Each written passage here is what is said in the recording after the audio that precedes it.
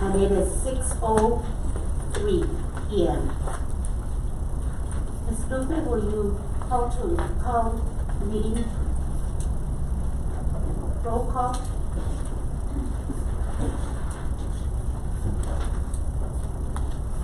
Ms. Barnes? Here. Ms. Borrego? Present. Mr. Sinipa? Here. Mr. Rodriguez? Present. Ms. Mendoza? Here. Ms. Zuniga? Here. Ms. Trump? Present. The next item is the Pledge of Allegiance, and could we have the wonderful young men in orange come up to the front and lead us in the pledge?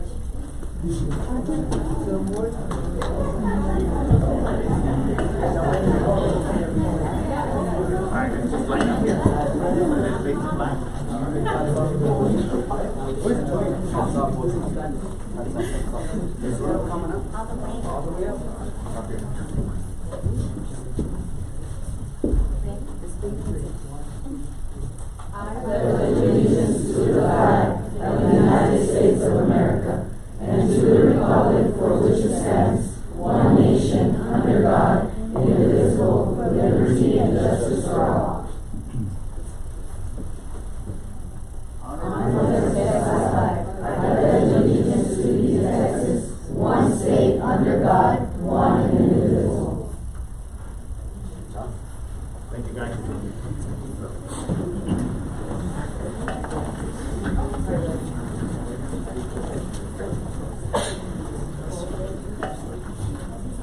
Thank you very much for helping us with that task. The next item is the CISD vision and mission statement. And Ms. Cadillo and Ms. Borrego, will you help read this for the audience? Yes.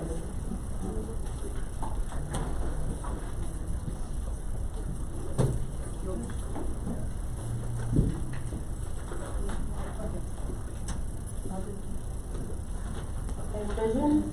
Canopio ISD is a premier district. We lead today to positively impact tomorrow. The mission. Canopio ISD supports and embraces diversity in a multicultural society. Our school community thrives in a safe, engaging, inclusive learning environment. We provide equitable opportunities to ensure our future-ready students are inspired to explore, learn, grow, and excel. Thank you. Thank you. Madam Chair, I would like to move the board honors. Because these kids need to get home to do homework, and they probably have an A for it. So get these parents home with the kids. If that's okay with the board. If I may, first, can we do a moment of silence Oh, for yes, the ma'am. tragedy in Nashville? Yeah. I would also like to do a moment of silence. We lost a valuable member of this community. His name was Charlie Hecker. He died at the end of January, and his service was held last week. Mr. Hecker was a board member on this board for many, many years. And the district owes him a debt of gratitude. He worked and was on this board, like I say, for many years. So if we could also hold him in your hearts and in your prayers.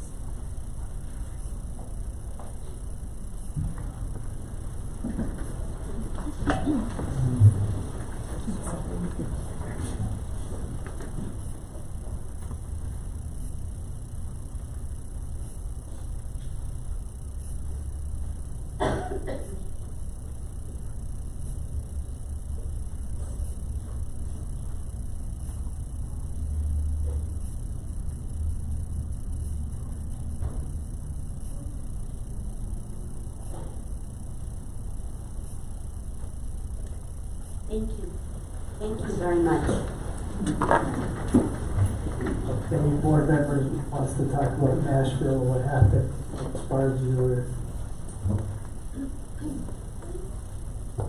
I'm voluntold. Just kidding, no, I appreciate it. In case anybody is not aware, we had a tragedy that occurred yesterday in Nashville, Tennessee. We had an active shooter situation where 3 students and 3 staff members unfortunately lost their lives in that tragedy. And so I just ask that our community keep them in your thoughts and your prayers, lift up those families and those staff members, the rest of the district and the surrounding areas, as I have family who live in Tennessee and they're very close-knit, so even if they weren't directly related with that school, it really hit home. And I think it shows that it doesn't matter how big or little your districts are, as we saw with Uvalde as well. Evil is all around us, and we need to keep a hedge of protection around ourselves at all times. And so just pray for restoration and the evil to stop in our communities and our world. Thank you. Any other board member? Thank you very much. Just like I said, definitely impact a lot of the culture here and our education and our students. Innocent victims that they don't need to pay for this. And like we said, keep them in your prayers, in your thoughts, protect your family. Every time that you dismiss them to school, pray for them. Yes, pray for them, cover them. And we ask you to do the same thing for all the school districts that exist here, because we're dedicated to the best interest of our kids. What? For our teachers. Pray for our teachers as well. For administration. For us, the trustees that we run the school districts. Thank you very much. And make conscience about it. Thank you. Any other board member? Thank you. Thank you. The next item, Jessica. Next item is item 2, open forum. Any person? Oh, I'm sorry. Board honors. I apologize. Board honors. Mr. Dolores? Board President Mendoza, members of the board, and Dr. Galaviz, good evening. It's my pleasure to present this month's board honors in recognition of the great work that's happening in every corner of the Cantillo Independent School District. Can you please join us in front of the dais to begin tonight's presentation?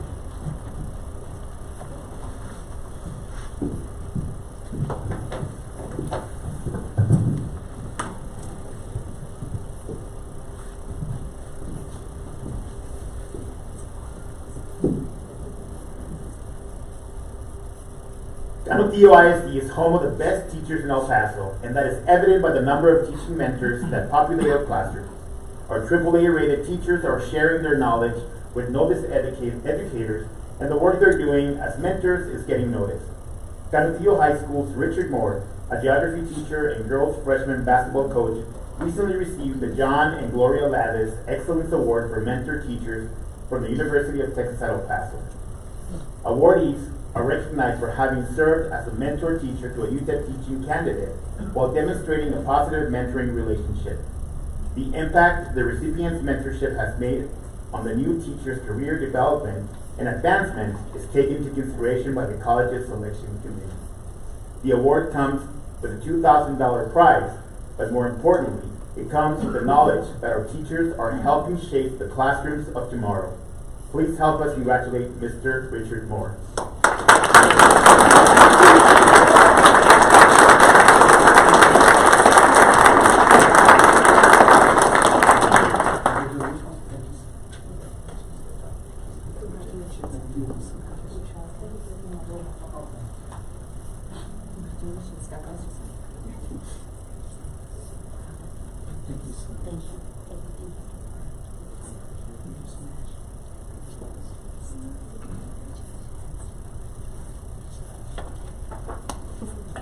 Let's set up for photo, please. My wife is.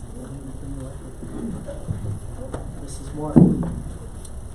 She's the success, right? She's the reason. Yes. For the military and for here. Amen. She's my rock. What do you mean? I'm short as it is, and Miss Maroof. Right there, out in front, showing us your certificate, please. I'm stepping in for Laura today. Doing great. Other duties is assigned. 1, 2, 3, 1. Awesome.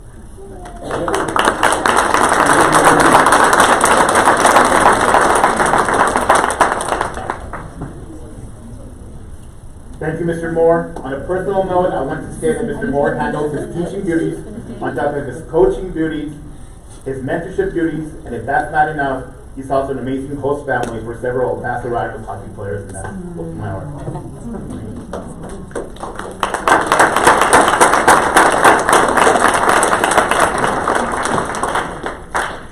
Canutillo Middle School is known as the campus of champions, and there's a reason for that.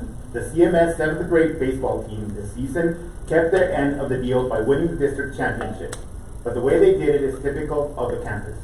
The Eagles dominated the competition and showed that the future of Canutillo baseball is in good hands. In fact, the future is in perfect hands. The boys won the championship without dropping a single game. That's right, they went undefeated.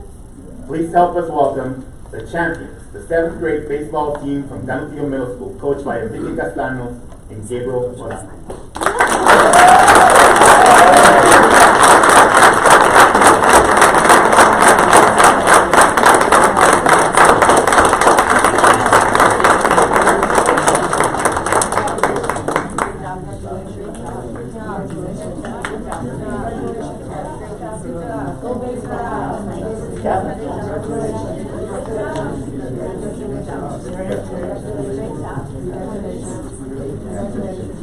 I want to read the roster.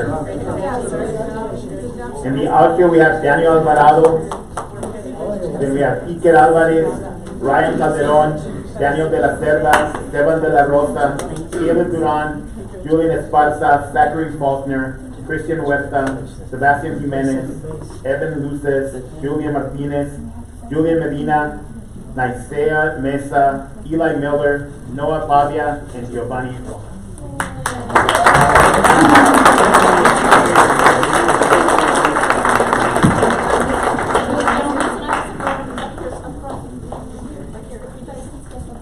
As we set up, could the parents of these amazing athletes please stand up and be recognized? Let's give them a hand, please.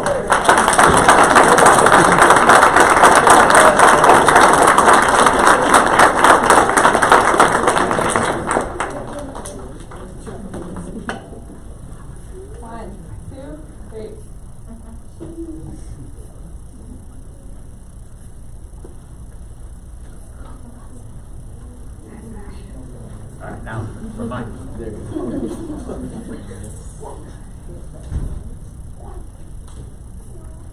Here we go. 1, 2, 3. Eyes open, everyone. Awesome.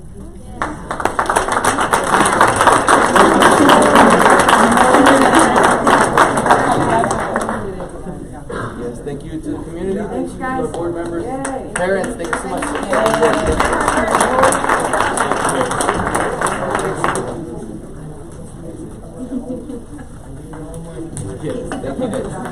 Congratulations, boys, and go Eagles.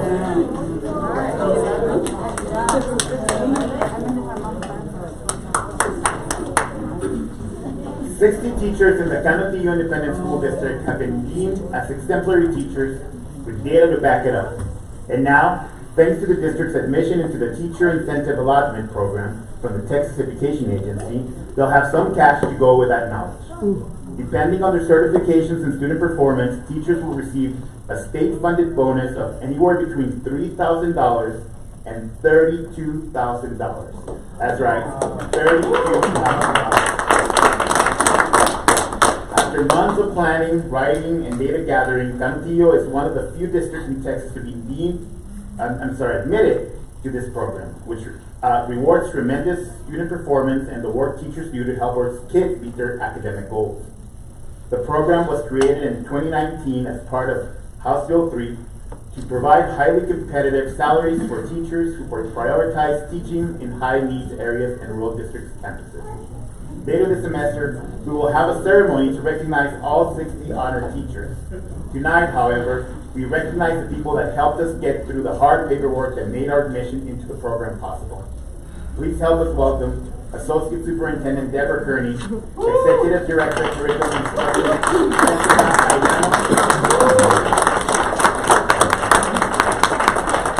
District Testing, Research and Accountability Administrator Jessica Harrison, and Data Management Fellow Jesus Comina.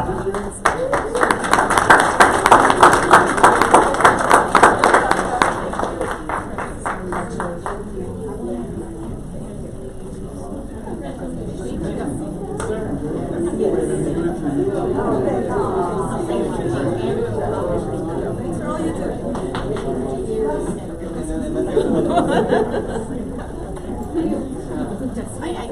you. You're welcome. You're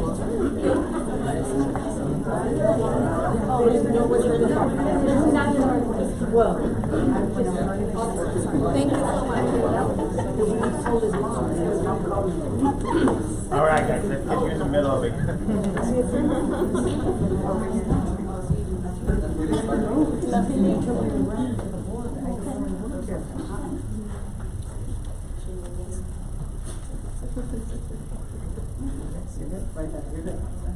Find a window. Yeah, there.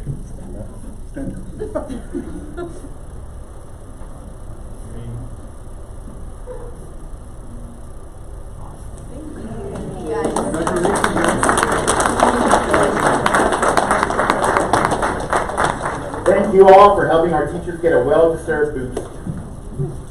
Finally, tonight, we honor those students who are the inventors and researchers of tomorrow. Hundreds of students participated in the campus science fair this year, and dozens did so at an exemplary level, and qualified for the CISD District Science Fair last month. There, the judges had the hard job of picking sweepstakes winners in the 3rd, 4th, and 5th grade categories. Tonight, we honor those students who came out on top. Please help us welcome from Reyes Elementary School, our principal, Dr. Carrillo, who will be accepting on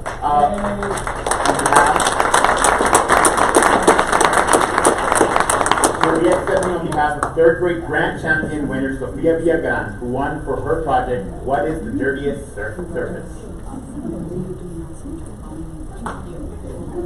Dr. Carrillo also will be accepting on behalf of 5th grade grand champion Jalen Originales, who won for his project, Do Video Games Ruin Your Brain?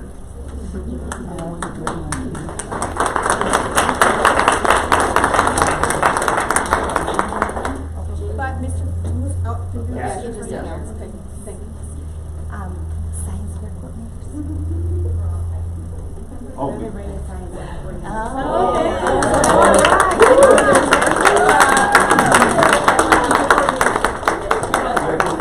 Congratulations. Why did you come up? It's because to be recognized. Not a principal.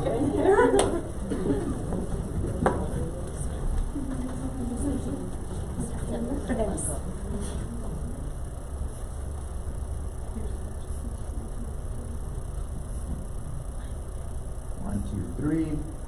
1, 2, 3.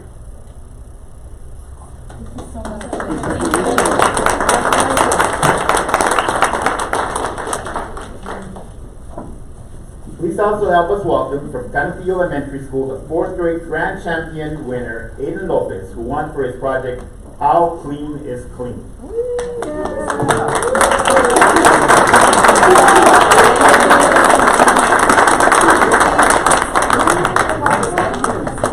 Handsome young man. And intelligent. Good job.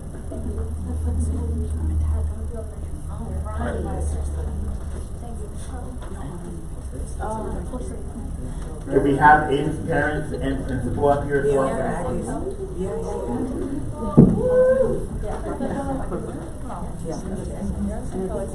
You don't mind. Congratulations.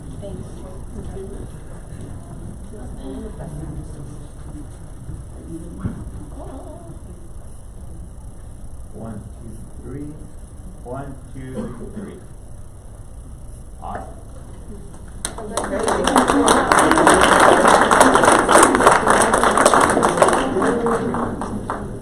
If we could, Dr. Kelly, before you go up, we need a photo of the board and you up here, please. You know what? I can never lie.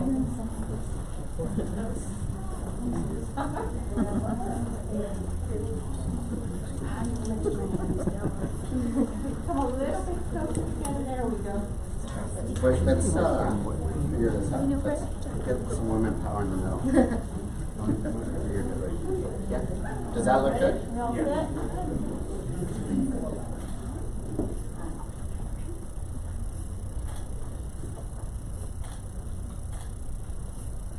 Awesome, thank you. For President Mendoza, members of the board, and Dr. Galaviz, this concludes this month's board honors.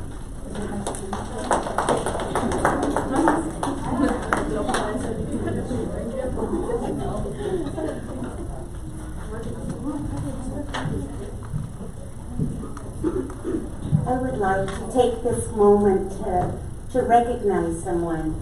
As you all well know, Mr. Coronado resigned after he was elected to the El Paso County Commissioners, which we are so proud of him. But that left us with one empty spot that we needed to fill. And we interviewed a number of people, and I'm so sorry that we didn't get to witness Mr. Cimental take his oath of office, but he did. And I would just like to present him and welcome him as a member of the Canutillo School Board. Mr. Cimental, if you'll come to the front with me.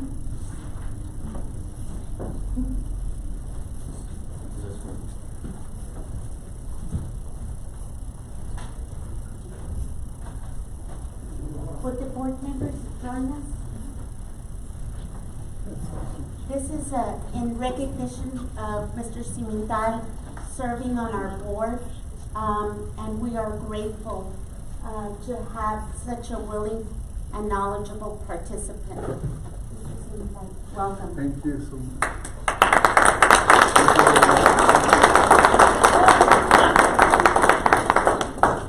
Like baby shower. Baby shower? This is a baby shower picture. There we go. 1, 2, 3. 1, 2, 3. Awesome.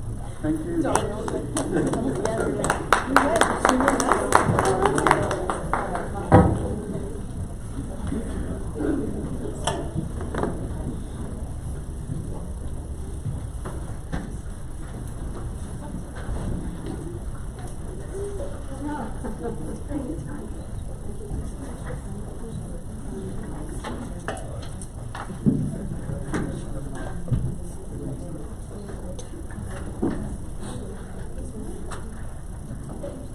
Ms. Jessica, next item. Yes, open forum. Any person wishing to address the board during the period reserved for public comment on a board meeting must sign up to be heard in accordance with district policy BED local. Each participant will be limited to 3 minutes to make comments to the board. The board is not permitted to discuss or act upon any issues that are not posted on the agenda for tonight's meeting. For further information on these policies, contact the superintendent's administrative assistant. For tonight, we have 4 speakers signed up. First speaker is going to be Mr. John Joyner, speaking on multiple topics. Mr. Joyner?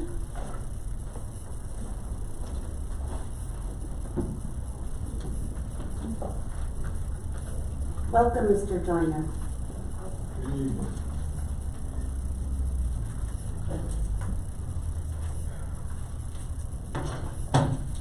Good evening, Board President Mendoza, Superintendent Galaviz, and board members. I appreciate the opportunity to visit with you this evening. I do want my comments to be recorded on the official record. As this new board was sworn in, I had hoped that we would have a new direction and spirit of cooperation. I hope that still is possible, but it seems to be short-lived. We have had an opportunity to put a third member on this board who would allow the opposition to have things put on the agenda. You guys elected to put someone on the board who has personal connections to everybody, 3 of the members of the board. That's fine. That's what you chose to do. I am in opposition to supporting this letter that we want to send to TEA about Houston. Houston deserved what they got. And I don't know why I came to you as a school district. We want to support a school district that's failing. I'm opposed to us recommending our superintendent as a superintendent of the year candidate based on the fact that he's presided over 2 failed bond issues, and he said things about me personally and other people that are just not true. In the last election, See, number 5, this wanting to convert the school buses to electric school buses from internal combustion engines. A regular school bus costs about $100,000. School buses you guys are talking about are between $320,000 and $440,000.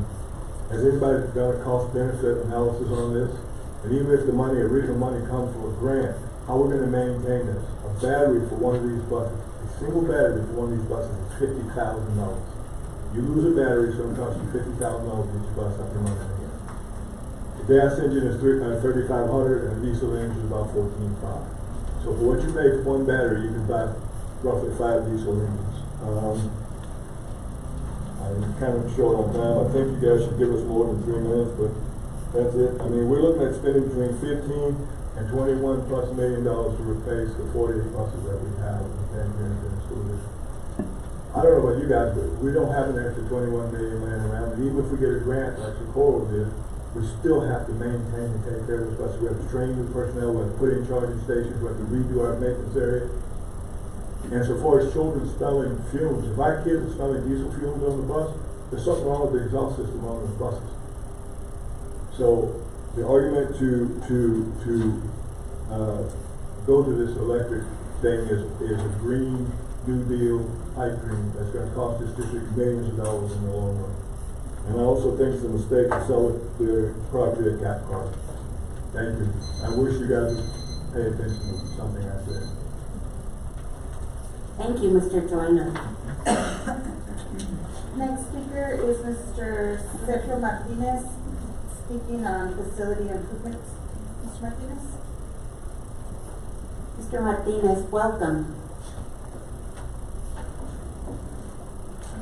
Good afternoon, Madam President, Board Trustees, Dr. Galaviz, thank you for having me here this late afternoon, beautiful day, kind of windy in the morning, it was cold.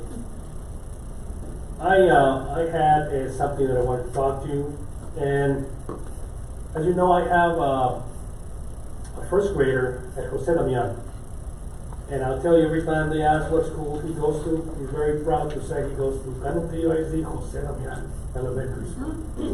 Very happy. He's quite a kid. I love him.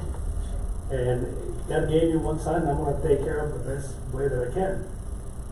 One thing that I noticed is at Jose Damian we have an issue. I don't know if that street, Deb Carter, as we enter Jose Damian, is a city street, or is a county street, or is a school district that we need to maintain. As you look at that street, there's only one way going in, and there's only one way coming out. And just so happened that I was there at 7:20 a couple of days ago, and my God, that is a nightmare. Okay, I'm surprised that there has not been that many accidents in there, but you know, the people are very courteous, the parents are very courteous, the kids do a wonderful job getting off the car and trucks. But I'll tell you what, that street needs to be addressed. So I'm volunteering to either call the city, call the county, call whoever we need to call for them to pave it and help us out. We need the help. And it's very unfortunate that we have only one street going there, going in there and coming out. Yeah. Thank you very much. Thank you, Mr. Martinez. Jessica? Next speaker is Dr. Reyes, speaking on recognition of the CISD social workers. Dr. Reyes, it's a pleasure to see you this evening. Hello, everyone. Good evening. So tonight we wanted to make sure that our blessed social workers of Guadalupe ISD are recognized, as it is Social Work Month. I'm going to start by saying they fall under Student Support Services, and our mission is to empower and engage our families, our students, and our community to foster student academic and social emotional success. How we do that is through cultivating partnerships, which our social workers definitely do, reinforcing the knowledge and skills that our parents need to help support their students, which we certainly do through our social workers, improve the district mindset of the whole child approach. Our social workers do that. and to improve our organizational practices by making sure that our campuses and our department, every department, and the entire district provides welcoming environments. Our social workers help to do that. So what I wanted to say is that we currently have 3 social workers in our district that are employed full-time. We have 1 social work consultant from UTEP who is employed 2/3 of her time through the ESSER grant. And right now, our ratio for our social workers is 1 to every 2,006 students. But I'm going to tell you, our social workers do everything they can to support any student, any family that falls in their lap. And right now, we have currently 142 social work referrals that they are addressing with our families from beginning to end, providing that wraparound service and making sure that that whole child approach is there to support them, our students, with the resources and the services that they need.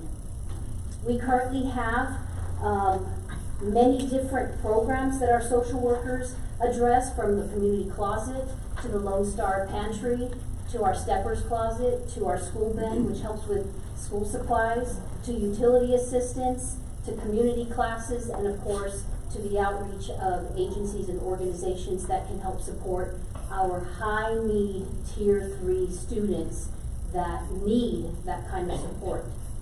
We just talked about Nashville and that tragedy of what was needless, and sadly, that shooter was dealing with an emotional disorder.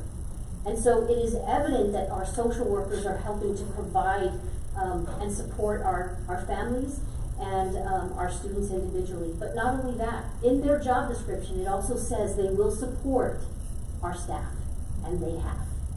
We've had outcries from staff members, and they have been there through thick and thin to support them so that they can be there to support students. We currently have served 213 families through our drive-through food pantry. Thank you, Dr. I'm sorry. Thank you. Thank you. Well, can I just say, I want to recognize them: Jocelyn Cepeda, Daya Carrillo, Lydia Hernandez, and the last one is Thank you. So remind the board, this is open forum. We're not supposed to make comments. So, as other people were clapping on the other side, we didn't like it. That's why there's, Thank you. Last speaker for the night is Mr. Jonathan Flores, thanking the CISD board and Dr. Galaviz for the opportunity to lead the BCE community. Good evening, President Mendoza, members of the board, Dr. Galaviz. I just want to take this time to really thank you for the opportunity to lead BCE. Beautiful community. 3 minutes is not enough time to thank everyone. Dr. G, Dr. Kearney, Ms. Rocha, just thank you for the support, the ongoing support, always giving me a yes. We got your back, Jonathan. I truly, truly appreciate that. My beautiful teachers that are here in the back, if you can please stand. I just want to thank them. It truly is an honor. BC is a very special place. And the next principal is going to be very lucky to lead a beautiful school. Again, Dr. G, thank you for welcoming me, my family, and just making this a very great experience for me. Thank you so much.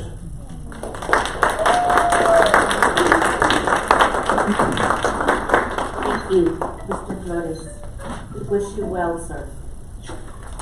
Next item. Next item is item 4A, discussion and possible action on health plan update. Mr. McGraw and Ms. Carrasco, please.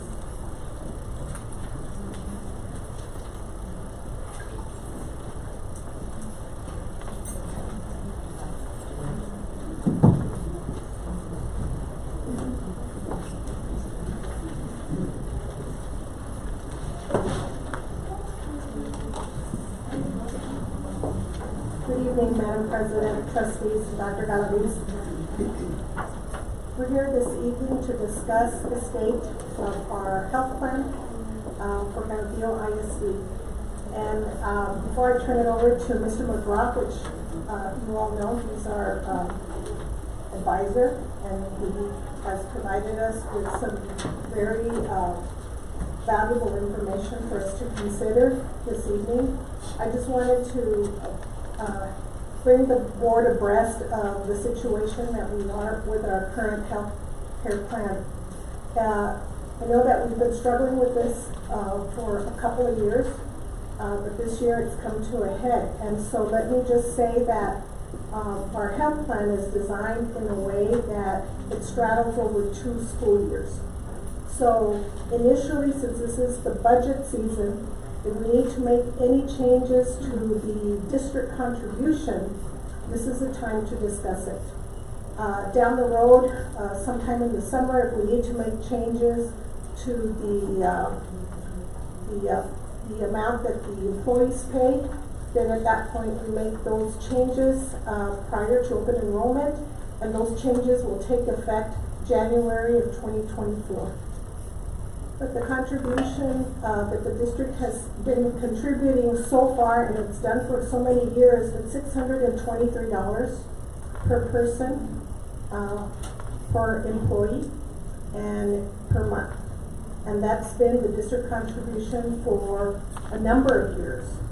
Now, given that we're having some trouble with our fund balance for our health care plan, we're looking at possibly some increases and some options for the board to consider this evening.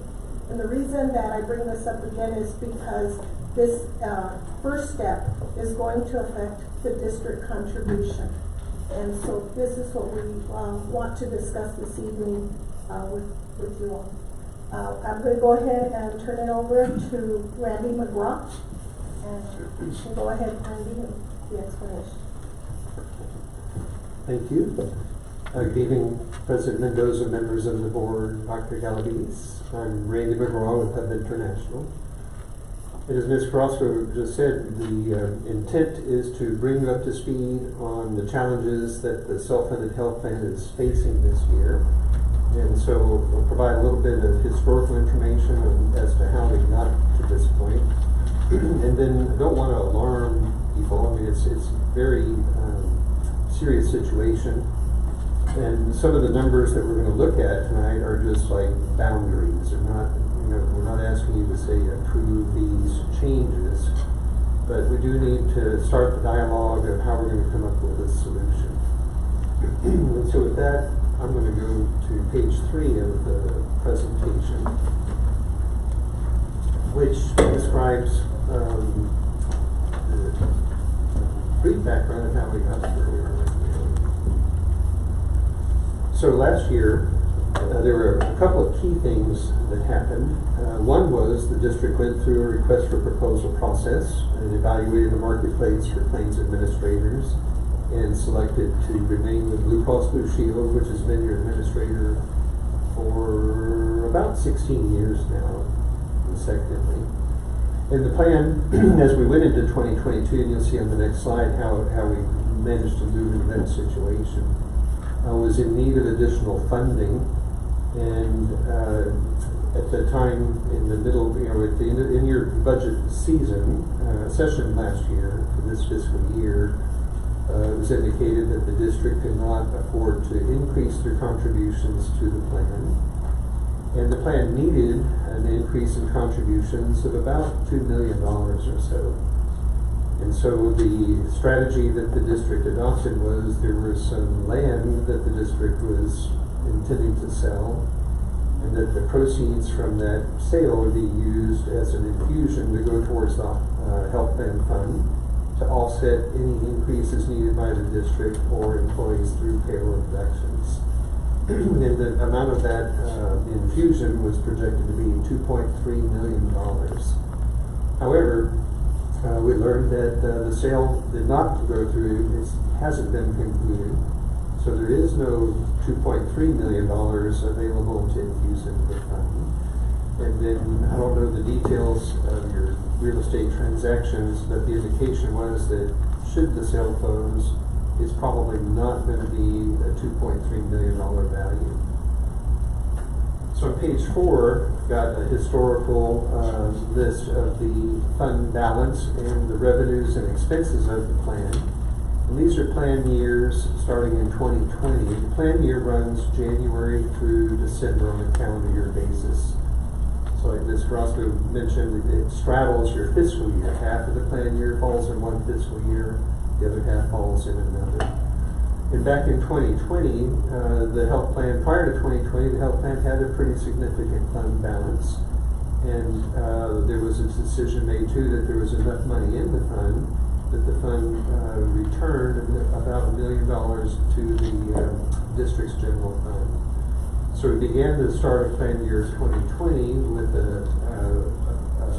target fund balance of having $1.72 million as a reserve, and you started the year off with 2.8. You can see the revenues and the experiences and expenses, and on the right-hand column, I've got a column labeled the funding gap.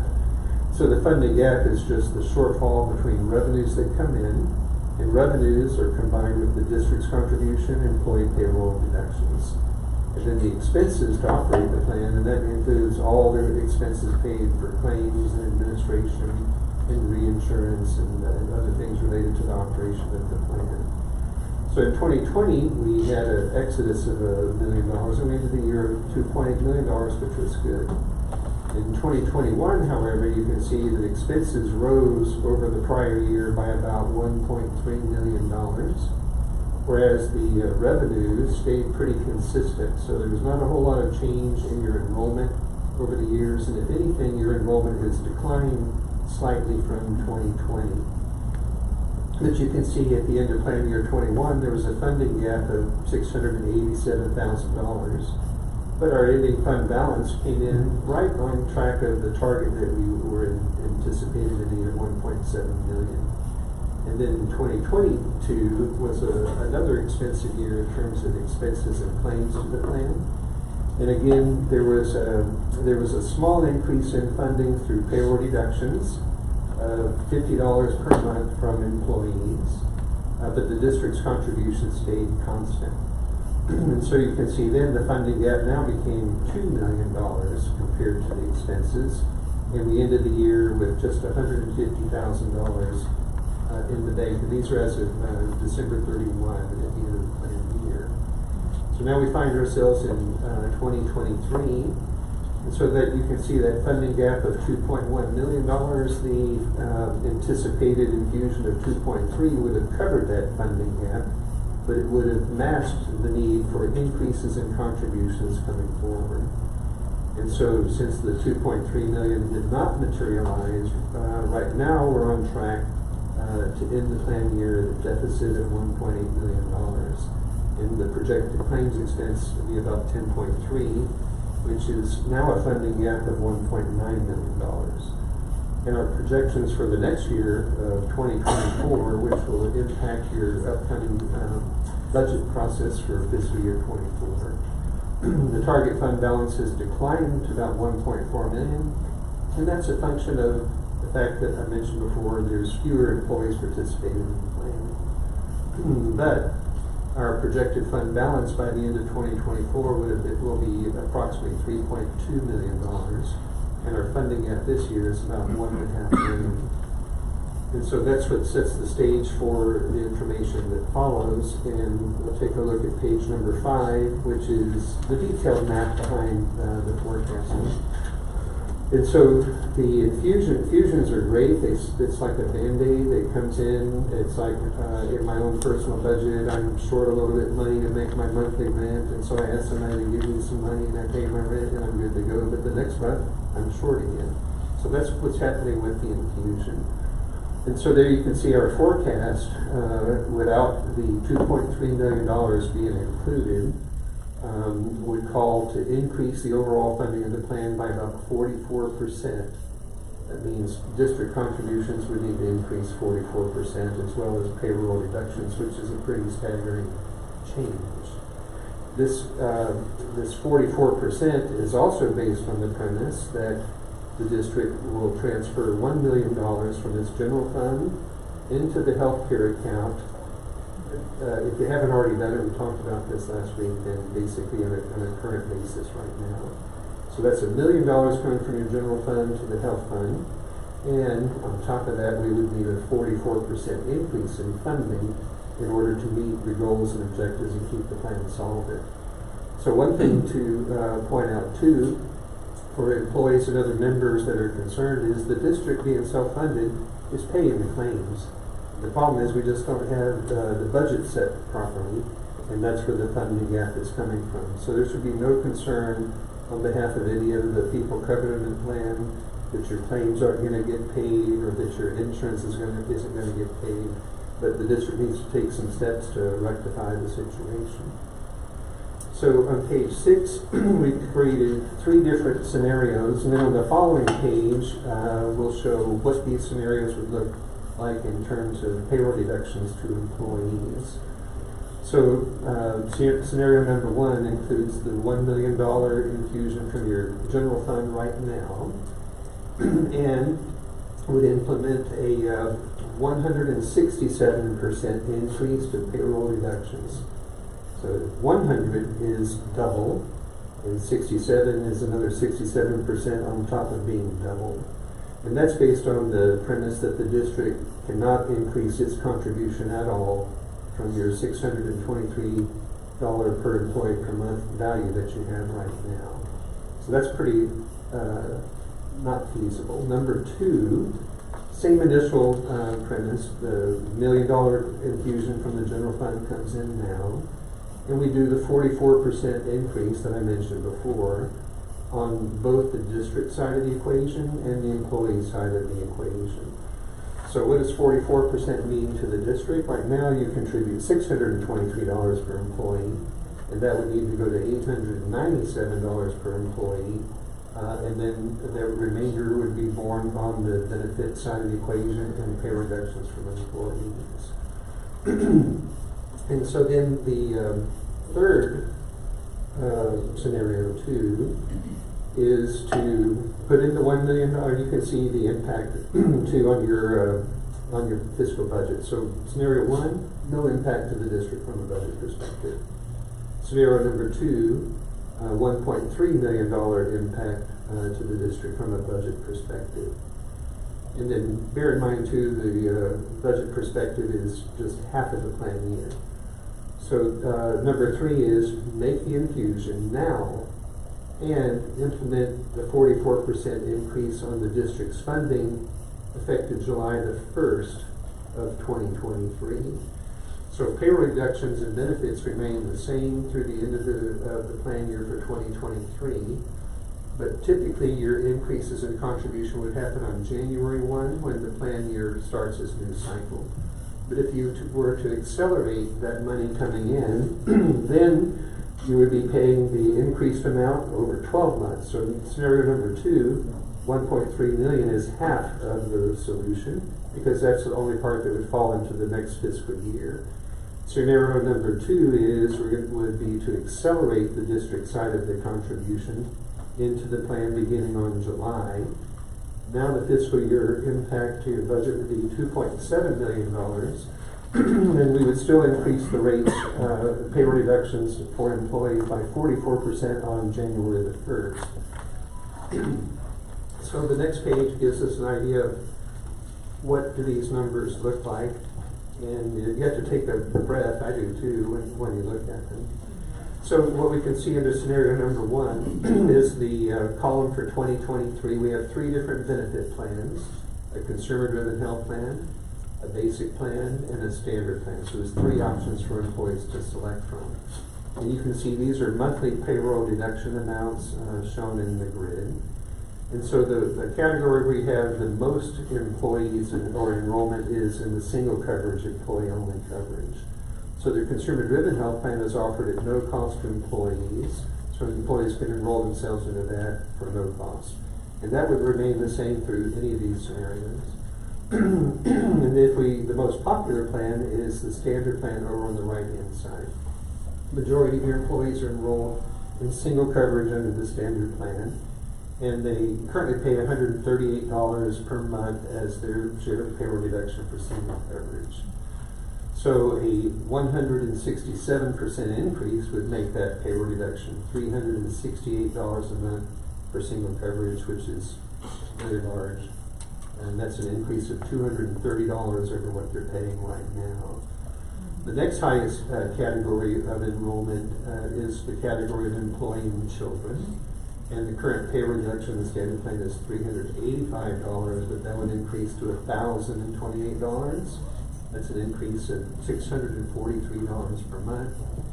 And then the family category is just absolutely horrible. That would increase to $2,000 a month or $1,289. Scenario number 2, which kind of splits the impact on your fiscal year, you can see it has a lesser impact. That's what the 44% increase would look like. Then, of course, in scenario number 3, it's the same 44% increase, except that by the district in accelerating its change in its contribution to July 1 of this year, that would mitigate the need for the district to have to make another increase in contribution on your fiscal year 25. So under scenario number 2, you're paying in half the amount needed in this current fiscal year, but then you would automatically expect that next year the other half comes due. So it's just a question of pay now or pay later in terms of how to do that. So the closing comments too, these are just, like I said, these are just boundaries or parameters on what we're looking at and what we have to deal with. We can make benefit plan design changes, and we've talked about that with your committee. We talked about that with your cabinet last week as well. And it's only normal human reaction to say, well, can't we make some plan design changes and make some of this need to increase payroll deductions go away? And the answer is yes. But when we're looking to come up with $3 million, that means you basically said, how do you make $3 million of healthcare expense just disappear? And the only way that happens is people don't use it and have that many claims.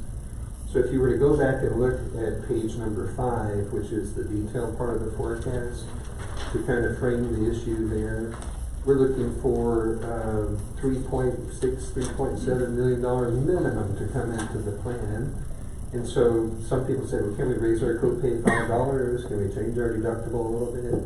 And the answer is sure, we can do that, and that'll have some mitigating effect.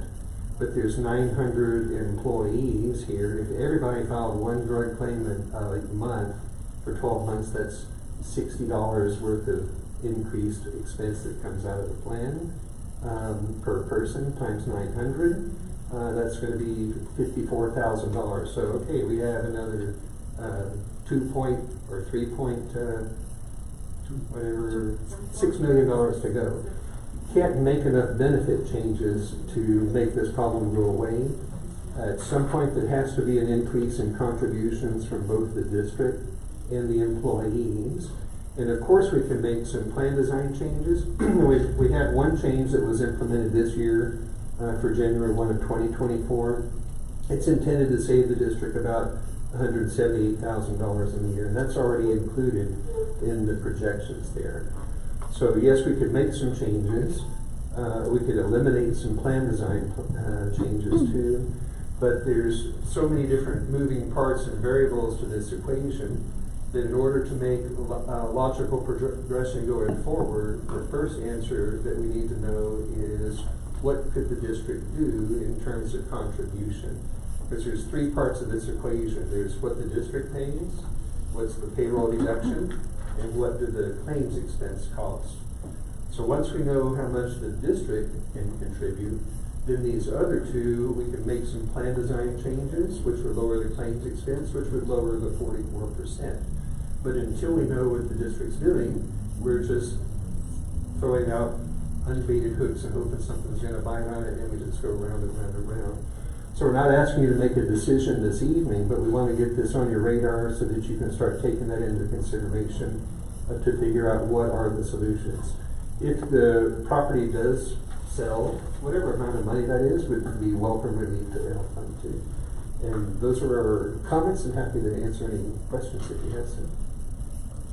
Or Mr. Rodriguez. I have a couple. One, in regards to, I guess there was no stop loss, or maybe there was on some in regards to stop loss or was there any hope there? Or did we?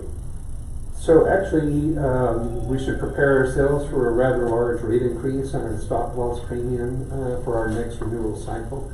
So yes, let me see, I think I don't have it. You don't have it, but I think I have it.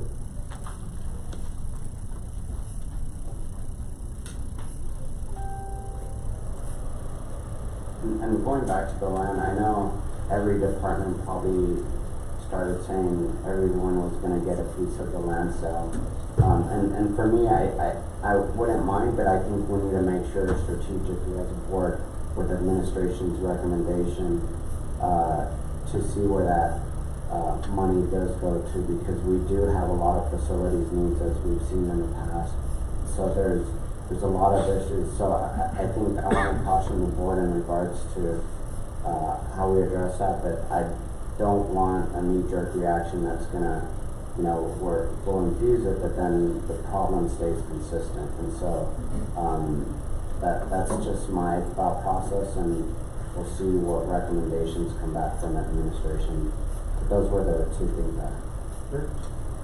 So last year for 2022, if you recall in the slide it showed, we had about $10 million worth of claims expense paid. In addition to the $10 million, our stop loss contract with Blue Cross, which protects the district from the expenses greater than $100,000 or $125,000, and they paid $2.6 million of your claims expense last year.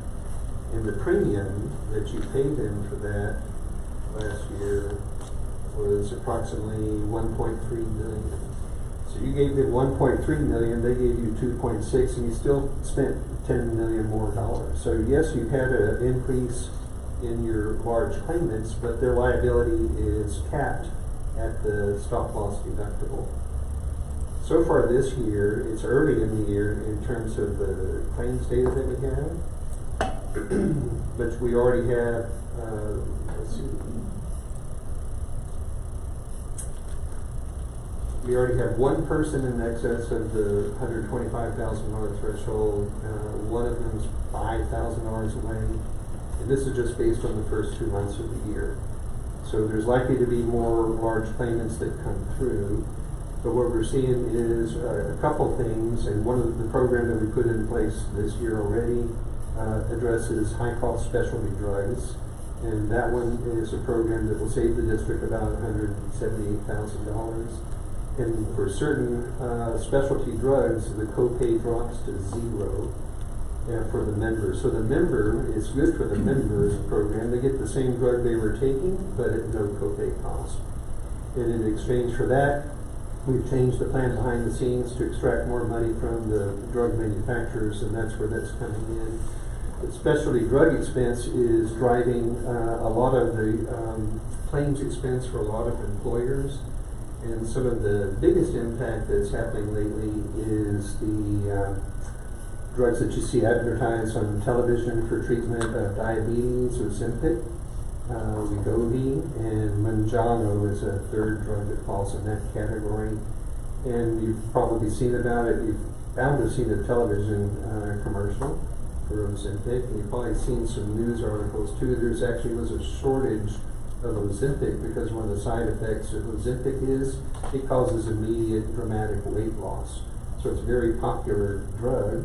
It's intended to treat type 2 diabetes and does an excellent job at doing that. But the drug itself costs about $1,300 per month, which is close to $16,000 or $17,000 per year per person that takes it.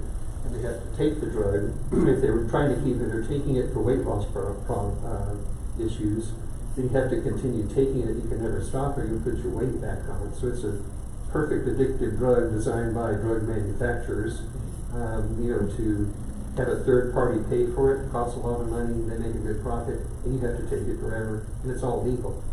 But what's happening too is that the drug is so popular for weight loss, it's caused a run on the drug. I read an article that 40,000 new scripts for Ozempic per week right now are flying off the shelves, and there are a lot of celebrities evidently with a lot of money They're going out and getting the script written, and they're buying it and just paying cash. They're not even going through their health insurance program. So that's put a lot of pressure on all plan sponsors right now. I think it's the biggest challenge that every plan sponsor has to face, as you don't want to stop the treatment of diabetes, but we do need to be cognitive of the fact that there are unscrupulous people that go out and try to find a way to get Ozempic to lose weight. Thank you. Any board members? Please. Could I would like to ask Dr. Garavis to give us his recommendation on the item, and then Our recommendation is number 3, start paying July 1, because it is budget season. Again, that's why we put this on. And the employee, because as Mr. McGraw was saying, he needs to know what we're gonna do. And once he knows what we're gonna do, then we can look at the plan, we can look at the other variables involved in order to reduce that 44% to the employee. thank you. Mr. Simontan. Madam President, you asked one of the questions I wanted to ask, the recommendation from, I didn't know who to ask, but from our administration. You say that we need to put this on the radar, but then the recommendation that Dr. Galavis just told us about was number 3, we have to start in July. So we need to hurry up, because our next meeting would be 2 months from now. Unless we do something today, we need to really move on this. I just, my main concern was knowing the recommendation, and if that's it, then we need to decide, I guess, as a board and go from there. And basically, the information we're presenting this evening, like I said, to put it on the radar for the board, because of course this information, we're looking at the increase on the district contribution. And so, of course, all of that will be factored in as you hear. I believe the budget presentation from finance will be next. And so you'll hear what the state or finances are. And so we wanted you to have this in mind as we're moving forward with finance and adopting the budget for starting July 1st. So we want you to be aware of what our shortfalls are to make sure that if we need to increase the district portion to what is recommended in this document, that it is incorporated in the budget projections for next school year. Dr. Gass, can you, Ms. Galasco, can you please elaborate on the timing? Because we have a different timing than the fiscal year versus. Yes. So basically, if there's going to be any changes on the district contribution, and we're here presenting for next school year, then it needs to be configured into the budget. And so that is what finance is going to present, among other things. But the reason that this is brought up to you all is so that you know that we need to take care of the healthcare fund. And so we need to increase this evening, or what I'm talking about is the district contribution. It is the contribution from $623 to the $897, I believe, that is listed in the document. And so as we move forward in working towards the budget for next school year, we need to make sure that that's incorporated into the budget. And then over the summer, Randy will, of course, go ahead and keep close tabs on everything, and then we're going to come back, and probably in July or August, we'll come back, and now we're going to talk about the contributions the employees make. If we need to raise the contributions that the employees make, right now, it's both of them, but for this purpose, right now, I only need the contribution for the district to be included in the budget projections. In the summer, when we do look at the employees and we see that we need an increase, then we'll come before the board again. But those changes, if we increase the insurance to the employees, those changes will not take effect until January of 2024. So the district contribution starts in July 1 of 2023. The employee changes come in January of 2024. So our health plan is straddled over two fiscal years.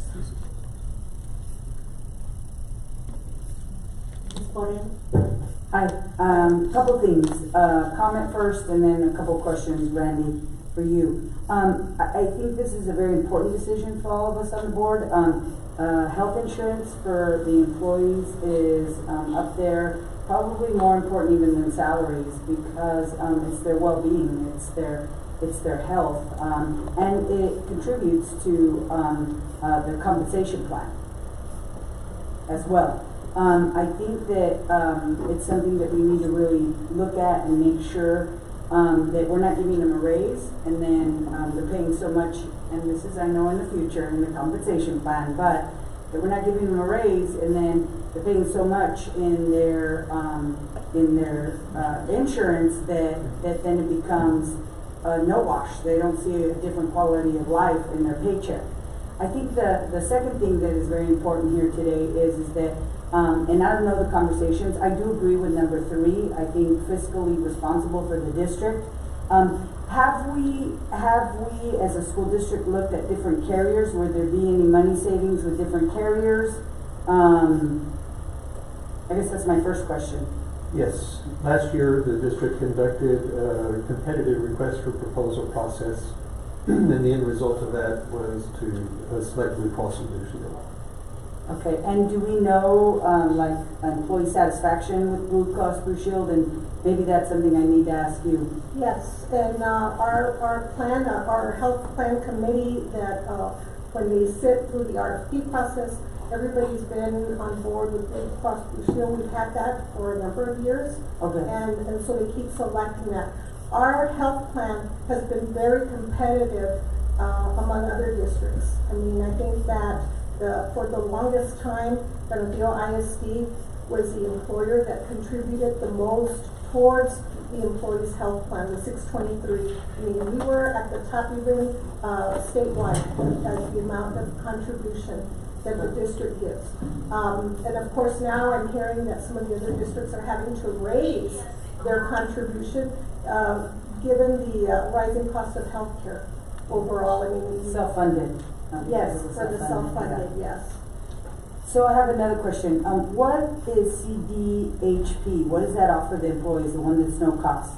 The consumer driven health plan is a high deductible health plan with no co-pays. So it has a $3,000 deductible, and then once you meet your deductible, you have 100% benefit for the rest of the year. And it's $3,000? The deductible, yeah, your out-of-pocket, maximum out-of-pocket expense per individual is $3,000. And the district contributes $600 toward a health savings account that can be used to help pay for your deductible or your out-of-pocket expenses if you want. And then also employees can set aside money into a health savings account on a tax-rated basis as well. So that plan has the least enrollment, but it also operates at the lowest overall cost. Again, the majority of your members, and part of it's a function of the fact that because of your high contribution historically, your pay reductions have been competitive, that it's a fair price to pay for a plan under your standard plan that has co-pays for office visits and co-pays for prescription drugs. So I think your committee does a fantastic job. They totally understand how it works, but employees it's a lot easier to come up with a $20 copay as opposed to pay, $50 for a drug. So if you were under the consumer-driven health plan, and on January 2nd you go to fill your Ozempic prescription, you're going to shell out $1,400 out of your pocket. Up to $3,000 though, right? Yeah, but that counts to your $3,000. So ultimately, the pay reduction versus benefit and out-of-pocket expense of the consumer-driven health plan is the best combination of the 3 plans that you offer. But the problem is just getting over people are actually afraid, I guess, of the deductible, and they're worried, what do I do if I have to come up with all that money right up front? And I had to do that last year. My wife had a surgery in January, and I had to shell out $3,500 on the 8th day of January. But by December, I had 100% benefits, so it's good. So, I understand this, and this is not my first rodeo. I'm going through this in another district, but basically, somebody who's healthy and doesn't really go to the doctor except twice a year for their, yearly exams. It's a very feasible plan for somebody, and it saves the district money in the end. Yes. And employee money if they don't go to the doctor. Yes, it's also, the plan should be very attractive to a person who knows they're going to have a lot of healthcare expenses. Because again, it comes down to pay me now or pay me later. So let's take a look. If you have the page 7 on the presentation, shows your payroll deductions. And again, the plan with the highest enrollment is single coverage under the standard plan, and people are paying $138 per month. So that's $1,400 in a year, over $1,400 in a year that they pay, and that plan has a higher out-of-pocket limit than the consumer-driven health plan. And how much money does that, let's say that we had more employees on that plan, because that'll lead to my next statement, how much would that save the district? Well, if we have more employees on that, again, there's a lot of moving parts. So the first part is easy to calculate. Let's say I know I'm going to have a $100,000 claim, and I'm under the standard plan, and I don't recall the out-of-pocket. Let's just say that it's $4,000 out-of-pocket expense. That means it costs the district $96,000. And if I switch to the consumer-driven health plan and have the same $100,000 claim, it costs the district $97,000. It costs more for that person to join it, but they should join it because they're going to pay. They know they're going to hit the out-of-pocket maximum, and it's just a case of pay me now, pay me later. Then it comes down to how am I going to come up with all this money in the early part of the year, and the answer to that is savings, or what people do anytime you're presented with an unpredictable, catastrophic loss. So unexpected things happen, and you have to figure out a way to do it. But the consumer-driven health plan should appeal to your highest cost claimants, as well as to employees that are in pretty good health. And so they say, I don't see the need to pay $138 a month. I hardly ever go to the doctor. I'll enroll in a consumer-driven health plan. If something catastrophic happens, I've got coverage. Okay. So it's good for both of those. And what we're really, the magic of the consumer-driven health plan is how it changes people's behavior and decisions that they make now that they have to pay out more money up front. They might not want those in there, right? Right. Yeah. And some people I've had them tell me, I know, that might be worth it. I know it's the right answer. They'll just say, I just don't want to have to pay $150 for my drugs or $150 when I go see the doctor. I'd rather pay $25, and I'm willing to pay extra for the benefit of only paying $25 or $30. Okay, thank you for answering my questions. And just to Dr. Galaviz and administration, whichever plan we end up going with, I think it's important. Education is important. I don't know that employees know, unless they sit in and listen to Randy for, I don't know how long your cabinet meeting was, but 2 hours. them knowing long, yes, I know, Randy. If I'm just giving you a hard time, Randy. If we can do a little bit of education on the different options, I think that's a benefit to our employees. And we do, and we also do it during new employee orientation. There's a full-fledged explanation of our benefits. And like I said, right now, we have 3 plans that we offer the employees. We used to have a 4th plan, which was the premium plan, but we've also done away with that. And I know one of the questions as we were talking in our meetings is, well, do we need to do away with the standard plan and just have the basic and the CDHP? So right now, like I said, the majority, as Randy has said, the majority of the enrollment is in the standard plan. The CDHP has that benefit that going in, you know that the max you'll ever spend in a year is $3,000 that will be out of pocket. Thank you. Next person, Ms. Barnes. I know that we are discussing that we're going to be talking about budget next, and that these kind of go hand in hand. I appreciate the recommendation from Dr. Galavis. Honestly, plans B and C look like they would be the best option in my opinion. Trying to decide between the two, I think that we should be looking at the budget prior to making a decision about which plan to take. That's just my take here, as it's a big difference in the cost to the district between the two. So I personally think we should hold off on taking action on this until we have looked at the budget that is presented and what our options are going to So be. this isn't an action item, that is just an informational, so that you're aware of it as you're discussing the budget proposal. Okay, I'm sorry for the confusion. I thought it was possible action on the agenda. It says here action on the agenda. It was, okay. I do have a question. I would like to be recognized as well. I'm sorry, I didn't see that. We were presenting it as information, It's always just best like I to said, focus. for it to be, on your radar, as you're talking about the next item. I appreciate that. It's always best to actually say possible action, just in case. My answer. Ms. Trout. Randy, I I'll have a let Ms. Trout go, question. but I had asked before, but that's fine. Okay, well, possible action, so could be possible, yes, no, anyway, so. Randy, I do have a question. For example, employees, they said in family, it doesn't matter how many kids they need to enroll, it's the same now? That's correct. So there's two categories where kids show up, and that could be a single parent household or a household with two parents and kids, but it's any number of kids for the same price. It's the same price. So in this one we said that actually them are paying $623, right? It will increment to $897. So the difference will be $274 more dollars that they need to pay monthly, right? If we make the math, $897 difference, so $623 is $274. Which one are you looking at, Ms. Trout?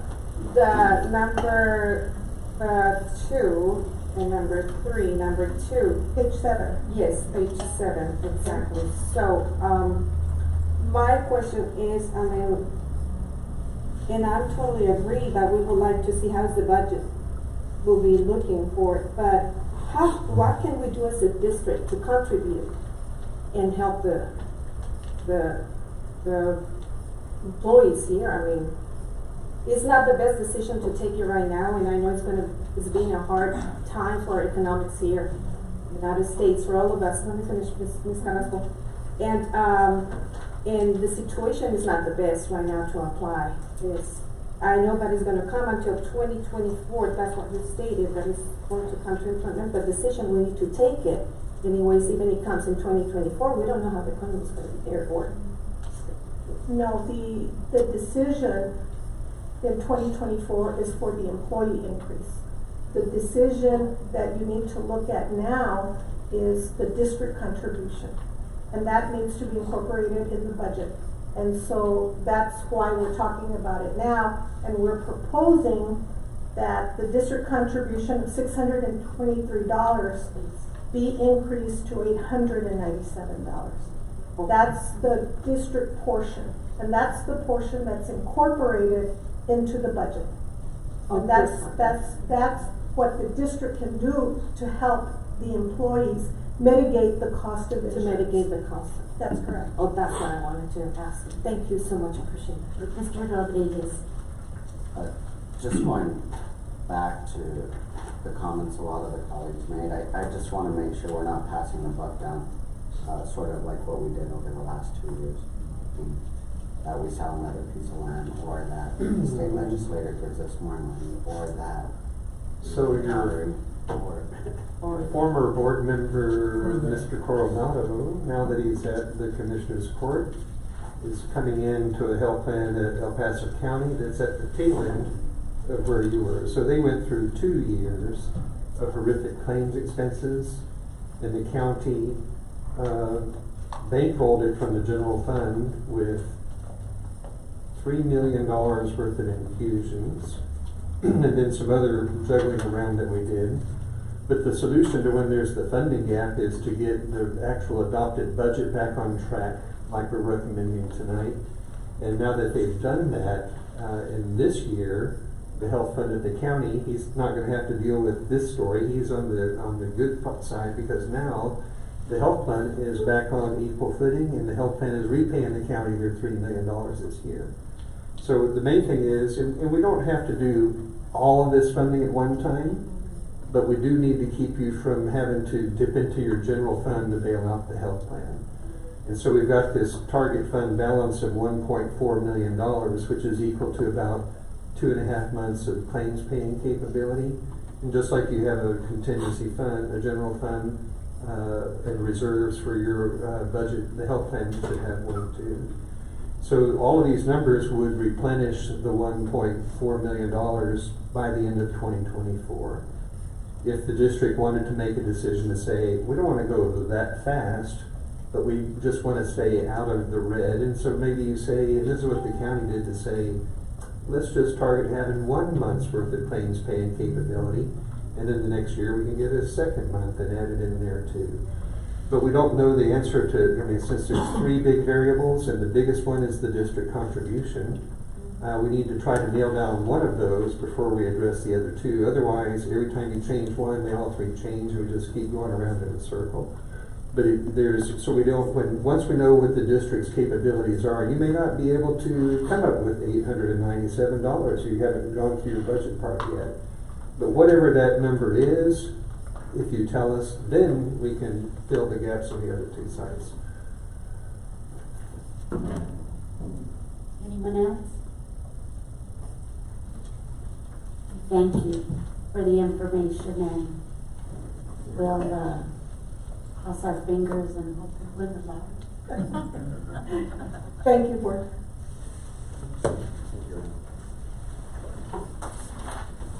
Thank you, Mr. McGraw. Next item is item 4B, 2024 budget update presentation.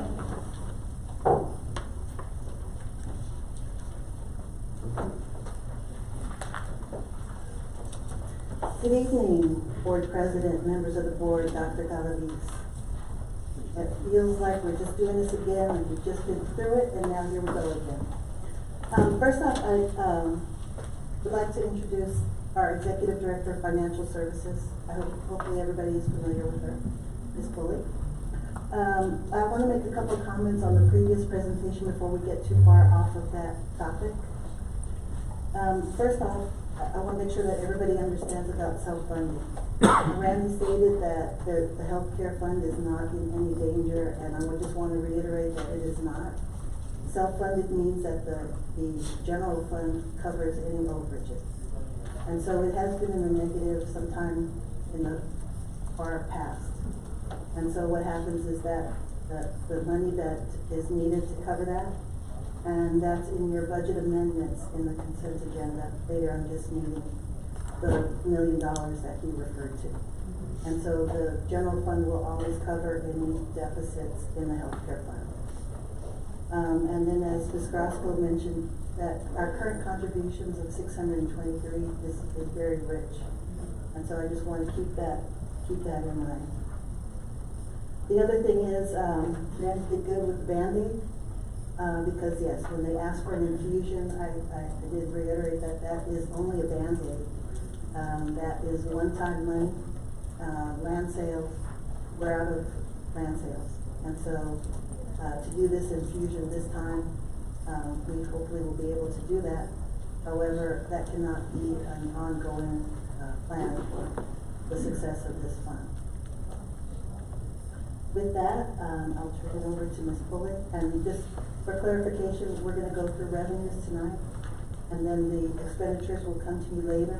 And so there is not a rush on you approving the option 1, 2, 3 tonight, because as I said, it will be part of your 2024 fiscal budget.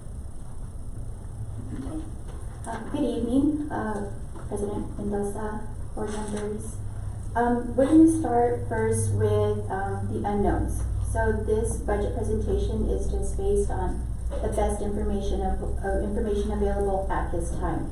So we have a series of unknown information. We don't know our tax collections for the upcoming school year. We don't know our tax values yet. We don't know the compression rate that the state will approve. We don't know the state funding formula. We don't know what enrollment will be next year. We don't know what attendance rates will be next year. And of course, new legislation. This is a legislative year. We don't know what the legislation will turn out for the budget. So with that said, I just want you to know that this information is generated with the best available information at the time and our best estimates. We'll first begin with the budget priorities. These budget priorities are provided by Cabinet. We have the priority of paying off our maintenance tax notes. We currently have an $8.2 million balance on these tax notes, with a $1.2 million annual payment that's required. We have, of course, critical facilities needs requests that have come in, and which I'm sure that you all are well aware of. We have the healthcare fund reserve, which we just discussed. We have a 4 and a 3% compensation package that has been discussed and is being considered. We also have the question of one of our budget priorities, which has been in existence for quite some time, is to always adopt a balanced budget, living within our means, basically. If our revenues equal our expenditures, we're doing well. And of course, we have our Apple Refresh Plan, which is making sure that we have sufficient funding to continue to maintain our one-to-one devices for our students. So there are some items that are known that we need to make sure that we take into consideration as we're planning for the budget next year. We do know that we will lose $1.3 million, which was generated through ESSER funds. This was indirect cost that goes directly into the general fund based on ESSER. ESSER is almost fully expended, so we won't be receiving that in the upcoming school year. The other item is our positions that we moved into ESSER, which were generally funded positions, which need to be moved back. We did this last year to accommodate some space in the general fund. So now we need to move those positions back into the general fund. We also added about $1.7 million in additional positions, instructional positions, after the adoption of the budget. So these positions are permanent, so we need to fund them for the upcoming school year. The next one that we just mentioned was the maintenance tax note payment. This is an obligation and it's a debt of the district that needs to be paid out of the general fund, which is $1.2 million. So how do we get started is, of course, by estimating revenues. So revenues are two major funding sources, is of state funding and local funding. State funding is really based on enrollment, how many students we have, and what our attendance rates are here at the district, and that equals state funding. The other item is property taxes. What do we collect in property taxes will give us our local funding. However, the only thing is about these two revenues is that they balance each other out. If state funding goes up, local funding will go down. If local funding goes up, state funding will go down. The only way to increase revenues for the district is to increase our students or for legislative changes will be the only way to increase revenues for the district. So the first element to the state funding formula is to project enrollment. We do anticipate about a little bit less than a 1% decline in enrollment, and these projections are based on our kids currently enrolled, and we just rolled them up one grade level, and we kept our pre-K and early education students and kinder students at the same level. And so we do anticipate that we may be losing up to 50 students, which is on the next slide, which gives you a breakdown by campus.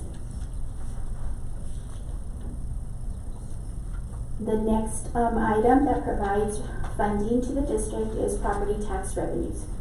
So values are increasing, and we are generating additional funding through property taxes. These projections are based on about an 8.5% increase in values, but of course, like I mentioned before, that formula is a balancing formula as they go up and down state funding. So, but our projection, we do anticipate to have an increase of about 8.5% in values. We did meet with CAD, I believe it was last week, and they are pretty hopeful and pretty confident that the homestead exemption will be approved for the upcoming election by the taxpayers, which will increase the exemption between from 40,000 to 70,000. However, that will be tied to a hold harmless for our collections. State funding will replace that money that we lose on the homestead. So the next item is what is going to be our tax rate for next year. We don't know what that state compression rate will be. After projecting our growth, our tax values, we do anticipate there could be about a 5 cent decrease to our tax rate on the M&O side. We won't know this rate. This rate will actually be given to us by TA, and we won't know the official rate until late August, and we'll adopt it in September. You all didn't smile. That's good news. And so the next item is what will generate in property taxes based on the projections that we calculated at a 98.5% collection rate. We do anticipate for property tax revenue to increase by 1.7 on the M&O side and 1.3 million on the INS side. A total of about $3 million in property tax increase. The final page kind of gives you a picture of where we would be if we were to adopt last year's budget, just as it is, plus the things that we do know that would need to be funded in the upcoming school year, and our revenue projections. If you notice under the FY24 proposed budget, we are looking at about a $6.3 million deficit. This is calculated old law on state funding. We don't know what the legislative sessions will turn out. So right now, everything is calculated as it was for this current school year. Kristen, sorry, would you like to tell them how many different formulas you've had this year? I think I ran the template probably about 15, 16 times. They put out a new template almost at least once or twice a month. So there's constant changes. And we still don't know. And we won't know. We don't know like next year. Right. And hopefully there's not a special section to it. Correct. Yes. They probably will. And so that kind of brings us down to the bottom line, our optimum fund balance. Our optimum fund balance is 90 days. That would put us at about $16 million. With these projections, we anticipate our fund balance to decrease to 9.7, which would only put us at 52 days of fund balance. Any questions? I think we need to follow our policy when it comes to fund balance.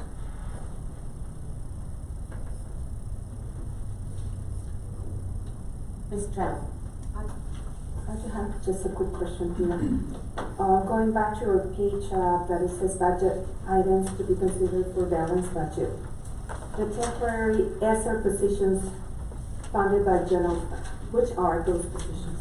We transferred over our custodial salaries over into ESSER because they were helping to mitigate with COVID.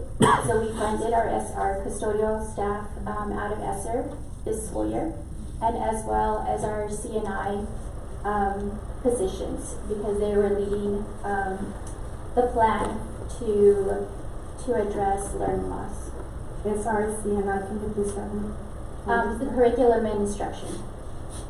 those positions were funded out of ESSER. This too. And another question that we had on the previous page, what we calculate, like you said, we need to pay the $1.2 million for the tax notes. How many we paid already and how much we still need to pay? We have a balance of $8.3 million, and our original note was for $10 million. So we made 2 payments. And what was the reason? Those were what we purchased our one-to-one devices, the Apple devices that were given to students during COVID. There was also some LED lighting correct. and some network upgrades. That's part of it, right? LED lights and the network. Okay. Thank you very much. Thank you. Any, Ms. Borrego? Student enrollment. Makes me sad when our student enrollment goes down, especially on this side of town, where it's growing. East and far east and far west. Do we know, have we done a study on why that enrollment is?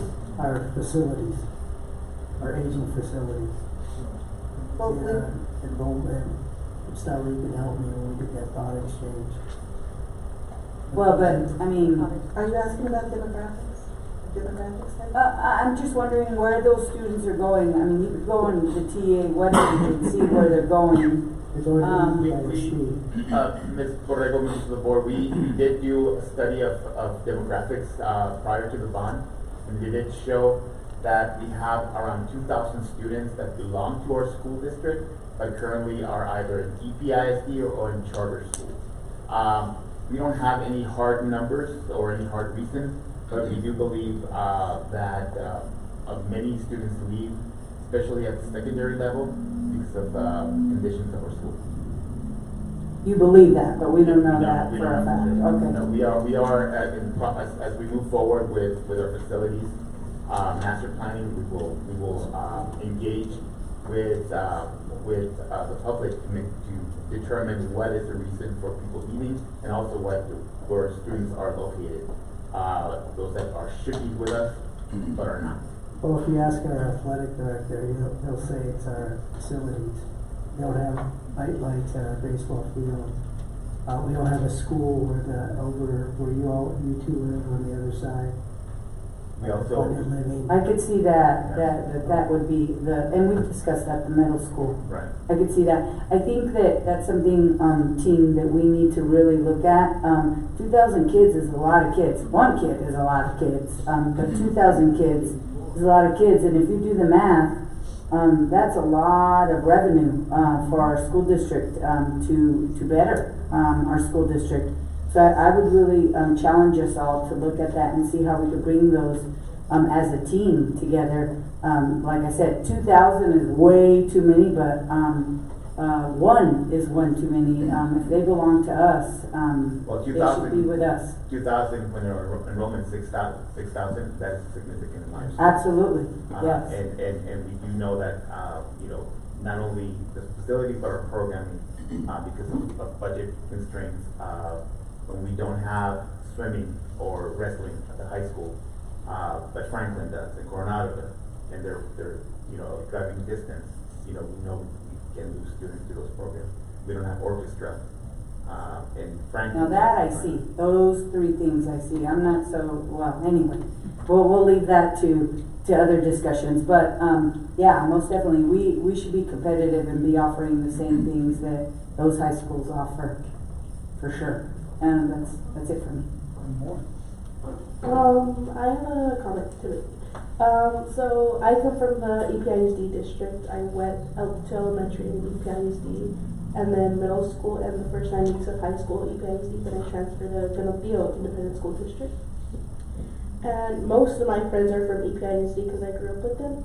And whenever they ask me, they say, "Why did I decide to make the change to Canopio?" Because they see that there's more opportunities in EPISD, and like how you guys were saying, there's no swimming team, there's no orchestra, and there's we have limited amount of things that other high schools have. That's when they tell me why they don't have us, I'm like, honestly I don't know, but it is much it is a much better school environment because our community is so tight and strong, and it's like I guess I want to say like perfect amount of love for everyone. And then over there, like, in my personal opinion, I felt like a number over there rather than an actual human being. So I say we like have to like show that we treat our students as human beings rather than a number, and just like, because like we greet each other, like everybody knows everyone here, everyone grew up with everybody, and over there it's kind of like you kind of are like forced to go to school with people.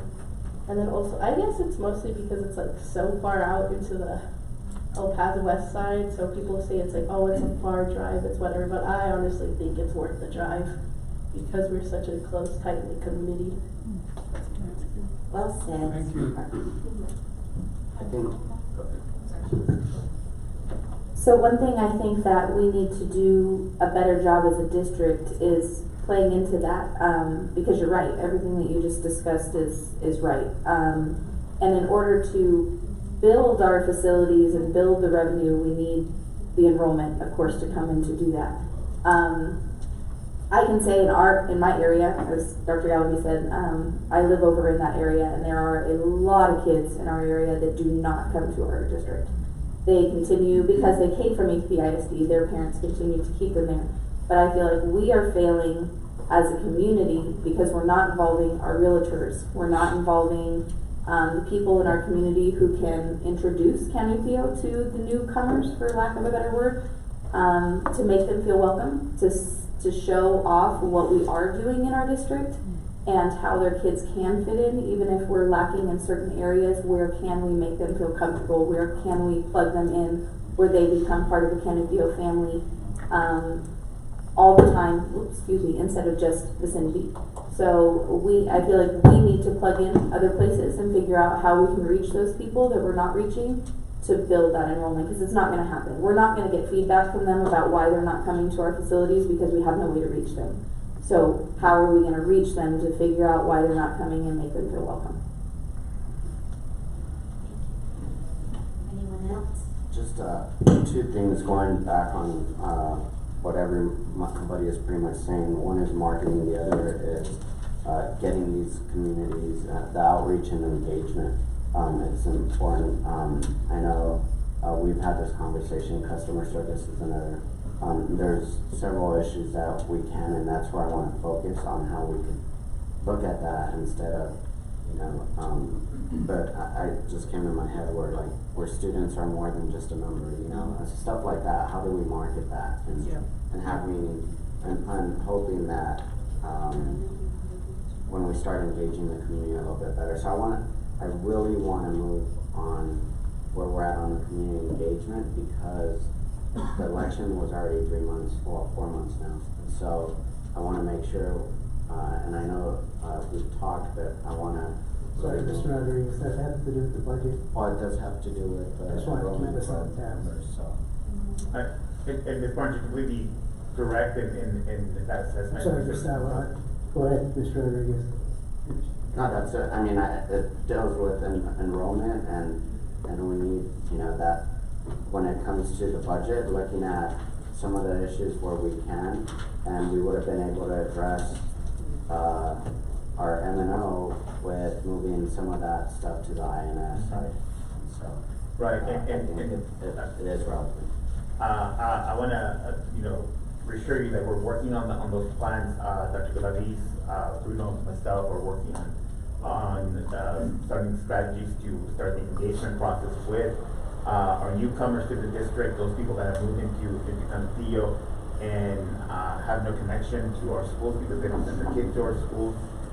We know that is an issue for us because there's no connection there. There's no way for us to reach them. So we are engaging with partners that are going to help us do that. Part of that is, beyond the scope of facilities. Part of that is that you'll be discussing it later on in this strategic plan, making sure that we are connecting with stakeholders that are part of our school district but may not have a connection right now. And we're seeking your help in doing that as well. We're seeking the community's help in doing that. because we have a strong connection to our established community, but we need help in reaching out to our new community that's across the freeway and up here in the Upper Valley as well.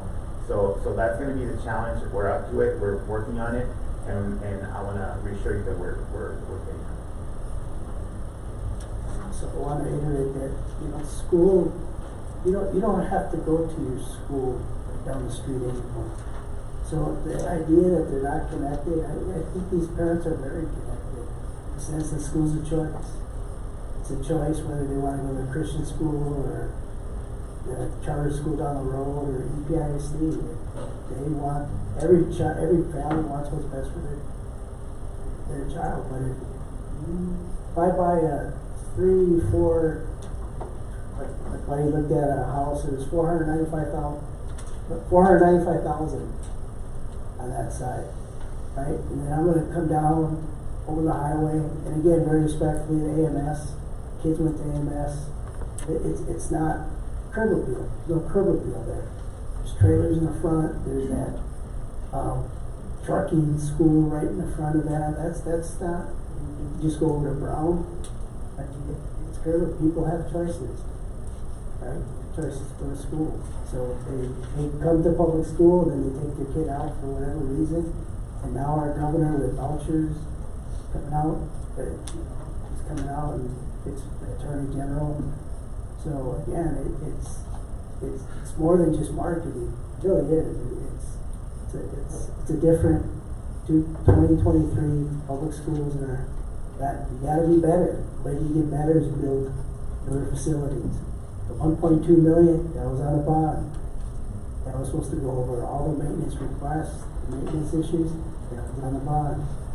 So again, I agree with you. Until we work together, again, to say, marketing or these surface level solutions is really not dealing with the whole aspects of what's happening in public schools today. I'd just like to add that on administration's radar is not only enrollment but also attendance. We did get some questions on that. And then also correctly identifying our students, whether it's gifted and talented or low income, because that also affects our funding. And then along with the budget priorities in your Thursday packet this week, you're going to receive the priorities from DAC.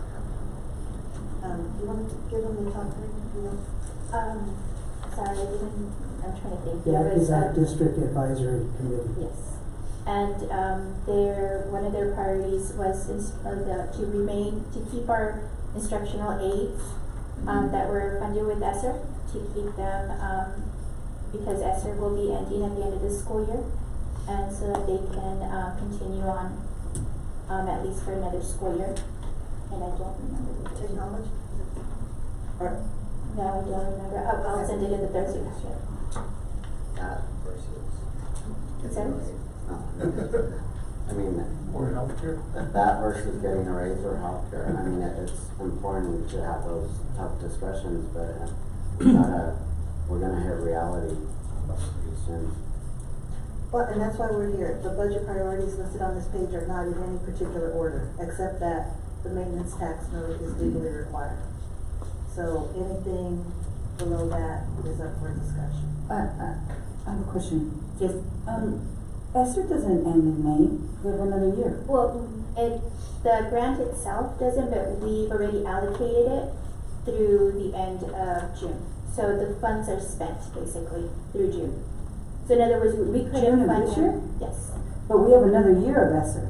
Yeah, like it can continue, but if you had the funds to continue, but we've already our you spending didn't do plan. a 3-year. We didn't do a 3-year ESSER.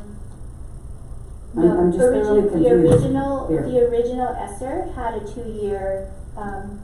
That was ESSER 2 though. What about ESSER 3? Yeah, this is ESSER 3 funding, and the original ESSER guidelines gave us funding for 2 years, and it was extended for another year.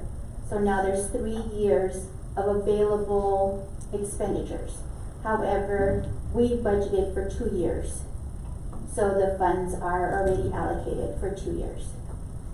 In other words, we used 3 years. In 2. For 3. Correct. Yeah, I'm understanding that, I'm just not understanding that, if that makes sense, but, okay. No, the original grant was 2 years, so we budgeted for 2 years. They extended it an additional year because, you're gonna have some left over. And so, and it's not unusual for federal grants to do that. They extend the date. They give you a date and then they. Yeah, no, I'm over ESSER, in my school district, but I'm just curious with, ESSER 3, and I could be confused. I really thought that ESSER 3 was a 3-year grant, originally, but that's not here nor there. We're ending ESSER in Canopio ISD in June, correct? Well, there will be some rollover of whatever's not spent. So, for instance, custodial positions. We've been having a hard time filling custodial positions, and so of course there's going to be some back salaries. And so that will roll over into the next year, but that will be part of the 2024 budget process. Okay, so I would like to, if it's okay with you, Dr. Galaviz, is call maybe and come sit down with you or have a conversation with you. I'm just curious to see how that was rolled out. Yes. Okay. Okay, anyone else? Thank you for your presentation. Thank you. Next item. Next item is 5A, discussion and possible action on cost of retrofitting boardroom to facilitate community engagement. Mr. Rodriguez? We'll keep it quick. I just, one of the biggest things is how do we create a better system to be transparent, making sure, especially, I know on YouTube videos, either they can't hear or they can't, and how do we section off, what's the best product out there, what are we looking at, and I know, how do we get there? If you could just give us a brief. Good evening, Board President Mendoza, members of the board, Dr. Galaviz. Yes, as you see, we are using a technology solution that is not really meant for government and in public meetings such as these, right? So right now, the members of the community that are listening to us over YouTube have no clue what I look like or where I'm standing. Traditionally, in these types of settings, you would have cameras that roll back and forth that connect directly to your microphones. The solution that we have was good enough for technology back when we started broadcasting meetings, but that picks up the microphones from the ambiance here, right, and from the sounds here.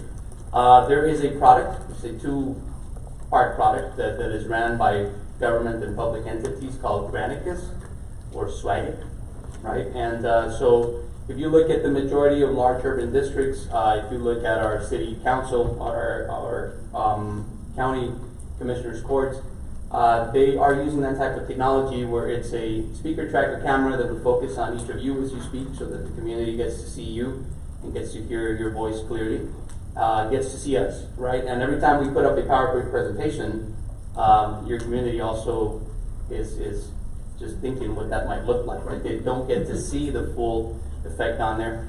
So we are looking at a solution, Mr. Rodriguez and members of the board, that would retrofit this boardroom.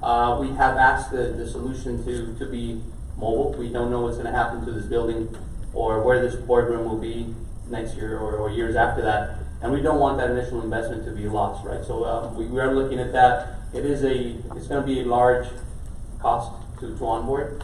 And there is going to be a recurring charge after that. We would be, if that's the board's direction, looking for such a solution. It will provide a lot of transparency. We also have the opportunity of having translated meetings into Spanish, not real time, right? But tomorrow, as your community goes on there, they would have one of 2 options that you could select. Either you all will be speaking Spanish, and we will find the best voices available to match your voice parameters now, right? Or we would have subtitles so that your community, your Spanish-speaking community, can also be engaged. I know we talk a lot about the students attending our schools. A lot of Mexican professionals also live in your community that they travel back and forth throughout these borders. And if they don't speak the language, they do not understand what's going on in your community and the engagement that could happen at this level, right? So just in an effort for your transparency and for your community to really understand what goes on here, regardless of their language. It also indexes the meeting. I know that we have fun in these meetings, but not everybody wants to watch 3 hours of film or 2 hours of film, whatever it is. They could open the agenda, click on the specific part of the agenda that they want to listen to, and be engaged that way. It does require a cost. I know we just talked about gloomy financial mechanisms throughout the district, and then we have an outlook, right? But this would require a cost, give or take anywhere from 100 to 150,000 as an initial cost, and then give or take these are recurring fees that would also look to broadcast meetings. So instead of Gus or myself manning any of these solutions, this is a solution that is fully manned by the company, right? So the cameras are installed by them, serviced by them. The actual takes of each one of you are manned by them. The sound is also brought by them. The broadcast of PowerPoints, the looking at whoever's up here, all that will be manned by them. So that incurs also a recurring charge. A conservative estimate would be around $20,000 a year for about 30 meetings. We know we don't have 30 board meetings, but that could also be used for any professional development, any community events, anything that you have on that regard. What about like getting our students involved in trying to, I don't know, I'm just thinking outside of the box, but one of the things that, going back to I think it went, index was good, that was one question. The other question I had, in regards to the mobility, right, I think we've had a conversation with officers is how do we go to the community and take our board meetings to certain areas in the community and have the board meetings. So I think right now would probably be a more mobile until we actually find out what we're going to do with this facility. And then that way that facility can be equipped. But also looking long term is what are we able to use to streamline events, streamline, let's say if we're the convocation, stuff like that, where we could just really share that with our community. There's always good speakers, but you know, just how do we integrate all that and making sure we're doing it right the first time instead of, oh, we should have thought of that. Right, so that would require a different system. Swagit is specifically a government business product that entities use in order to not just stream, but also log and file video of board meetings. What you're talking about for live streaming, we can do, we just require some investment into switchers and better systems, better cameras for the school district, that we can use existing technology, including even Facebook Live and video services like that, that with the help of a good microphone, good camera system, we can make that happen fairly quickly. So there's no integrated system, or there's but remember, the Swagit system for the board meetings is specifically designed to log and to catalog school board meetings, and this is in order for us to be, in order for us to meet the requirements from the state for open meetings, for open records. So that's one system that we are looking into in order to comply with all those rules and regulations, and also to provide better service to the community. And the other system is more of a promotional and public service as far as what's going on in our campus. It's two separate systems, and we need to think of them separately because they're not the same. Right now, we're sort of providing the necessary service of the government services, using the technology that we would use more or less to go to a school and broadcast a recital, right? And that's not, that means, while that meets the requirement, it's not optimal. It's not really helping us log and catalog and meet the best needs of the community for government service.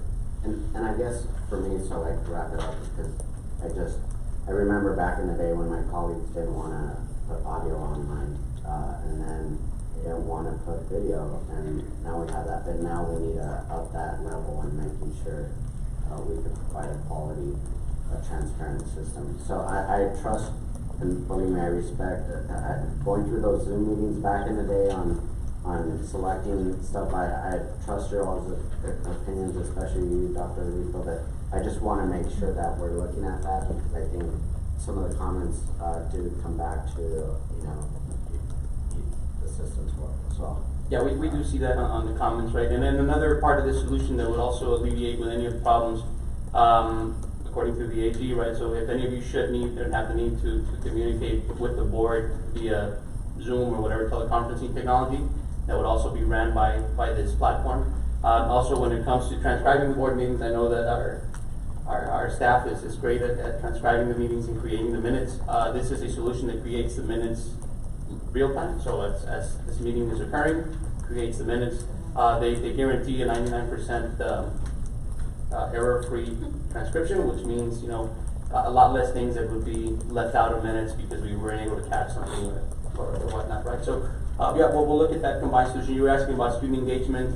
Obviously, for Gus's part, a lot of student engagement can happen. On our part, a lot of boards, such as Richardson ISD, for example, hires out translators that would read, right? But one of the things that Swag had said, you might have district employees, or in our case, kids, that could read those transcripts in Spanish and voice over each one of you guys, right? So, encouraging that aspect of students as well.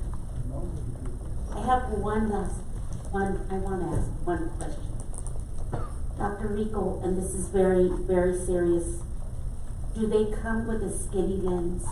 Can we be portrayed 10 pounds lighter?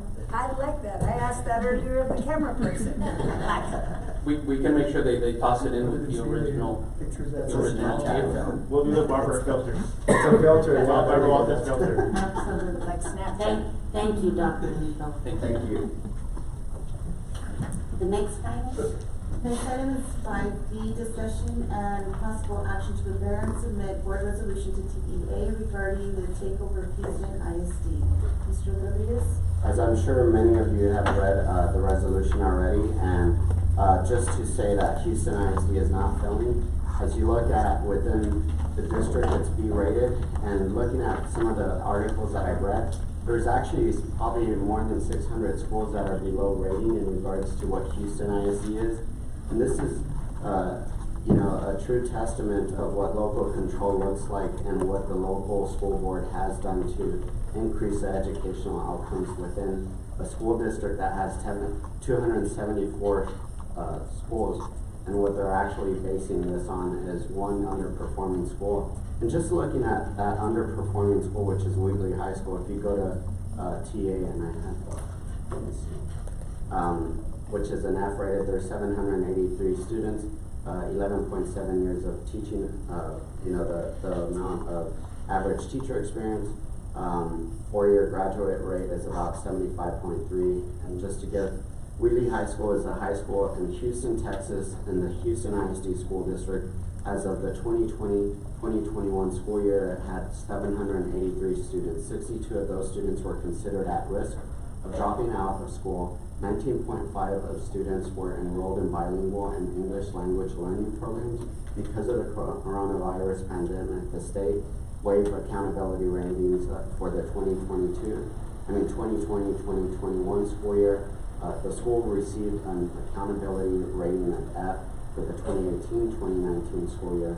And the class of 2020, 75.3 of students received their high school diplomas on time or earlier. The dropout rate for students in grades 9 through 12 was 4.7 during the 2019-2020 school year. Average SAT score at Wheatley High School was 825 for the 2019-2020 school year. As of 2020-2021 school year, the average teacher salary was 56. And it goes on to a little bit more statistics, but when you look at the race and ethnicity, out of the 783 students, 395 are African American, 380 are Hispanic, 5 are white, and 3 are 2 or more races. And so 67% at-risk students, 96% economically disadvantaged, 20% limited English proficient, 19.5% special education, 5.1 gifted and talented, 19.5 bilingual. Many of you, some of you are teachers here. I'm not a teacher, but I understand the complexity in these classrooms, and I appreciate the hard work that some of these teachers give. And some of this is systemic, and for TEA to say that they're going to go and they're wanting to fix this one campus, we know that that's not what they're trying to do. And so with that, I could go to read the resolution and ask if there's any questions. So, or is there any questions before I read the resolution? I have a comment. I think I'm on my 30th year in education and in El Paso, where we see struggles every single day of our kids. And I think educators have it's a tough calling. It's a vocation for sure. I think for TA to come in, and I deal with TA for 30 years, they have blinders on, in my humble opinion. I think some of the decisions they make are based a lot on politics, and we should be bipartisan, in my opinion. I do believe that we should support public education. I am for public education, and a takeover by TA, I do not think is a solution. Do I think they need to offer help? Yes. Do I think that school needs some help? Absolutely. But I want to see them get in there instead of taking over the district. Why don't you go work in the school and see how it is to work in a neighborhood like that? And so I humbly request that everybody really truly listen with your hearts as public educators, because we all have to stand together, and I'm big on teamwork, and we all have to stand together and help our colleagues out. And I think an agency coming to take over is not the answer. I know I will probably be in the minority in my opinions about this, but I think it's important to discuss.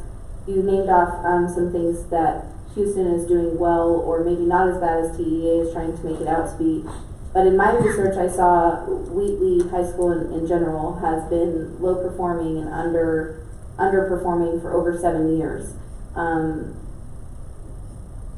The things that they are doing in the district are not working. And so if they're continuing to go down the same path and expecting different results, it's not going to happen.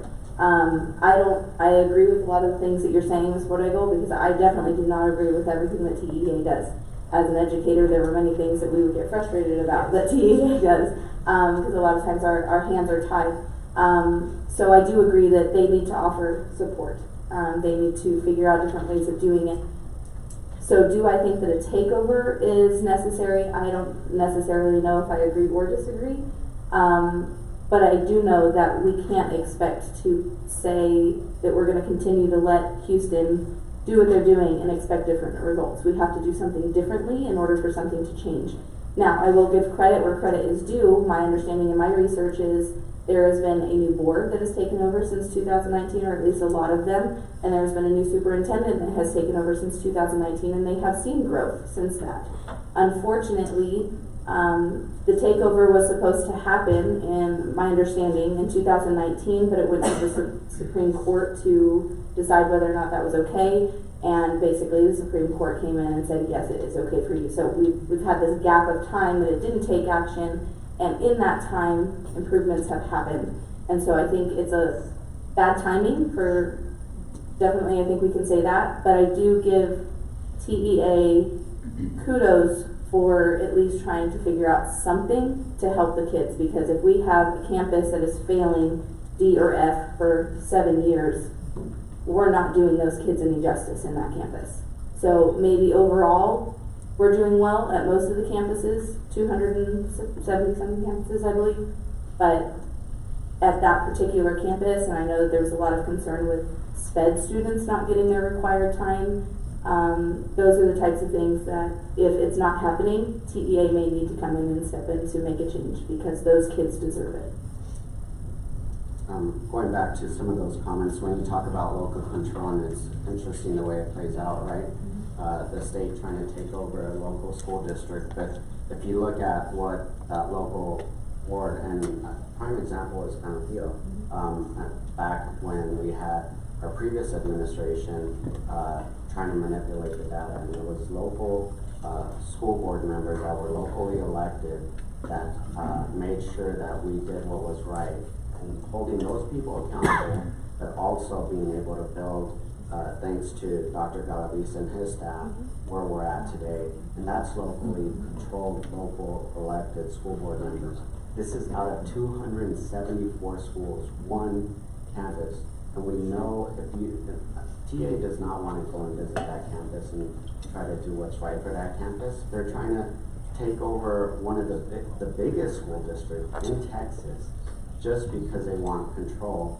And it's not gonna be the benefit of Houston, and there's unintended consequences that are pretty much probably intended to make sure that Houston looks bad, so that way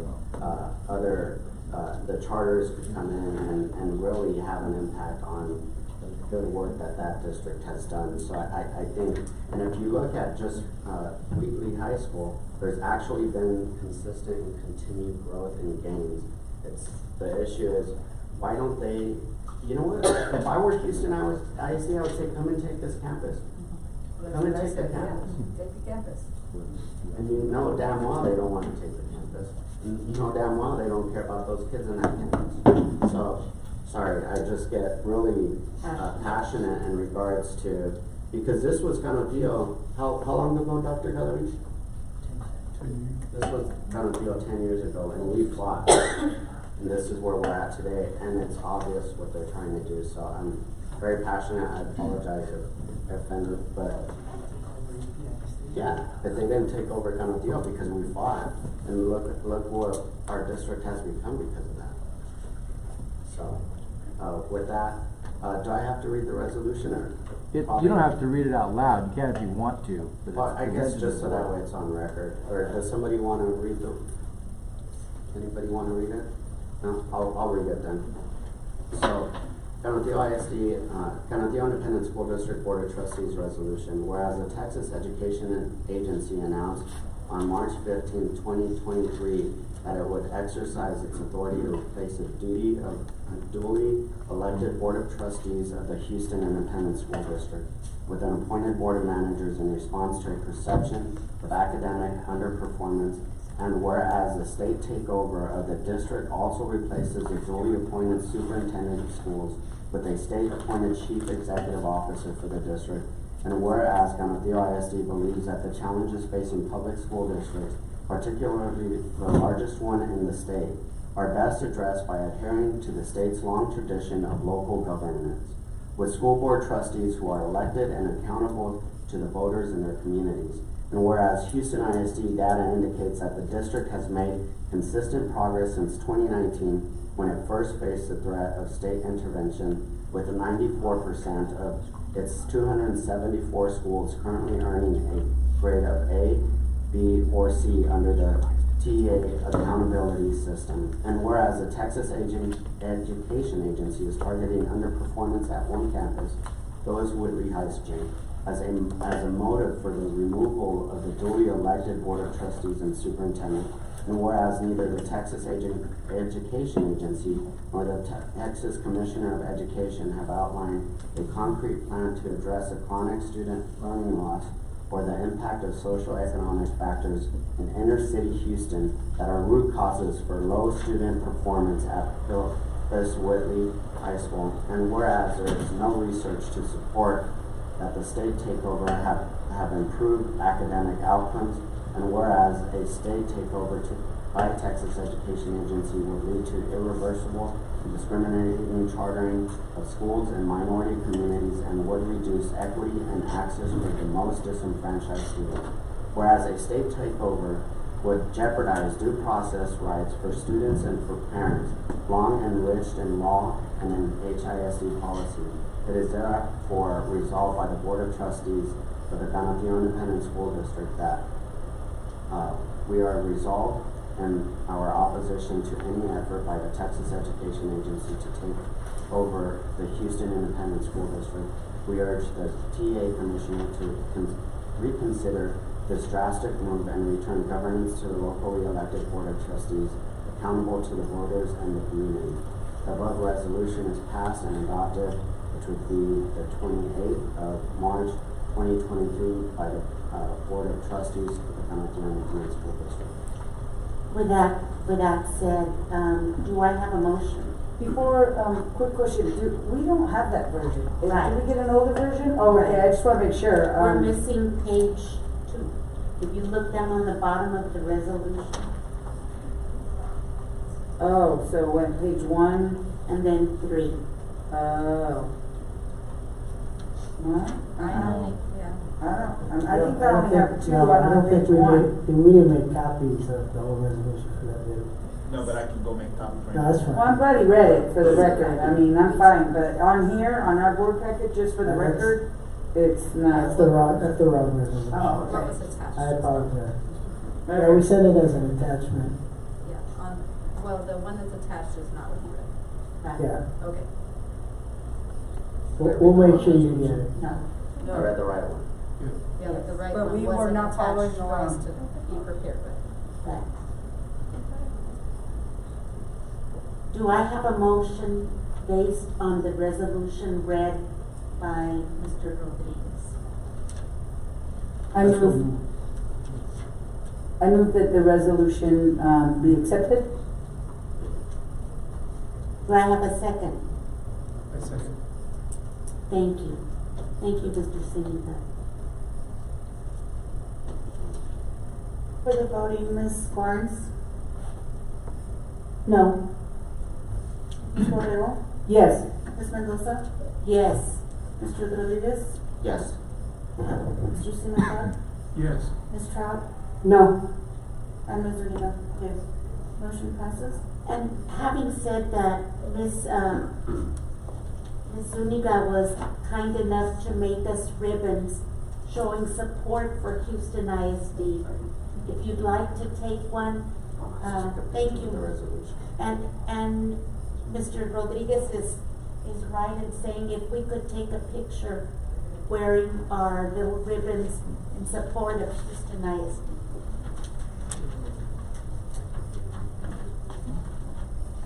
Mr. Evans, you ready? Or we'll do it after, Okay, yeah. okay, yeah. We'll do it.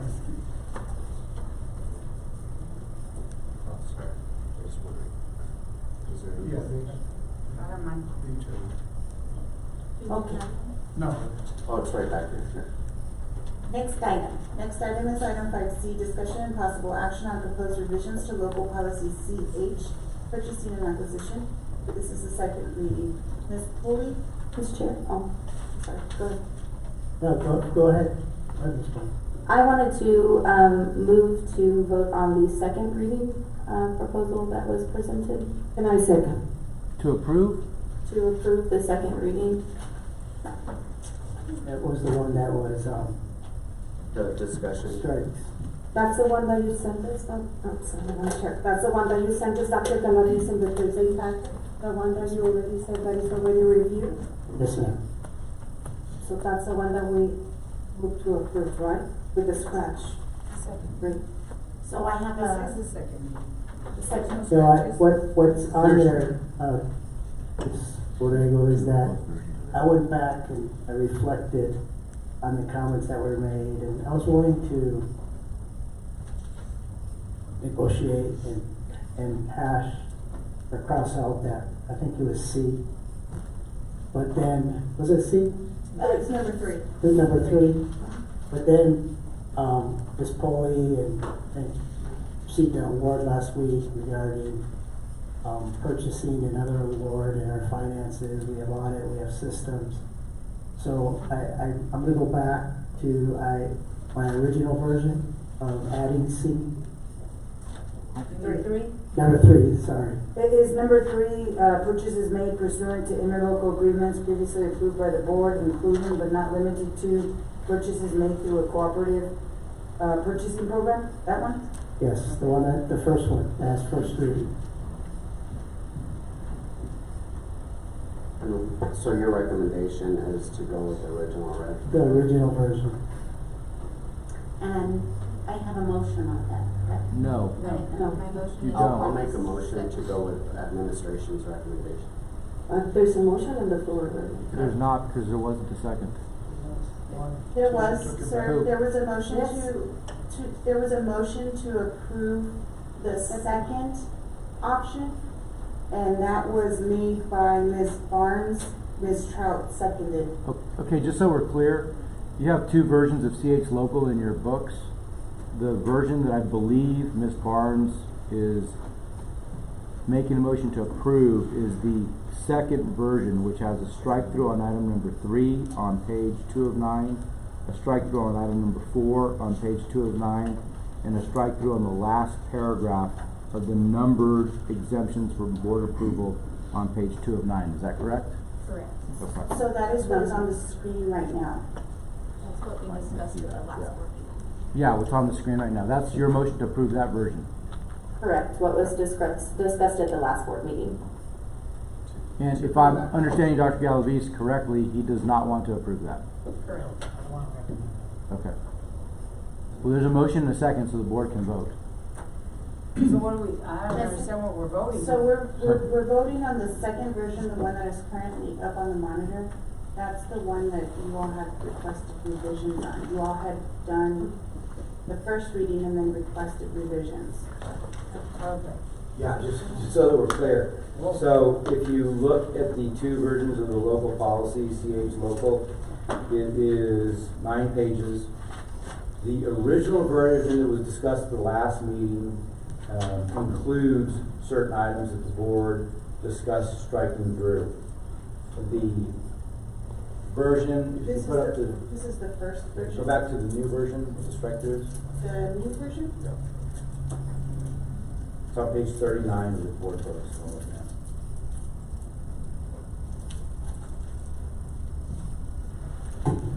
So the version that I understand Ms. Barnes to be addressing in her motion is this version the administration prepared with strike throughs. You can see a strike through on item number 3, strike through on item number 4, and a strike through on the last paragraph of the numbered items on exemptions from board approval. These are the contracts that would be permitted without board approval. So it's up to you all as a board if you want to allow those. Excuse me? Up and above the 100,000, it could be correct? Even above the 100,000.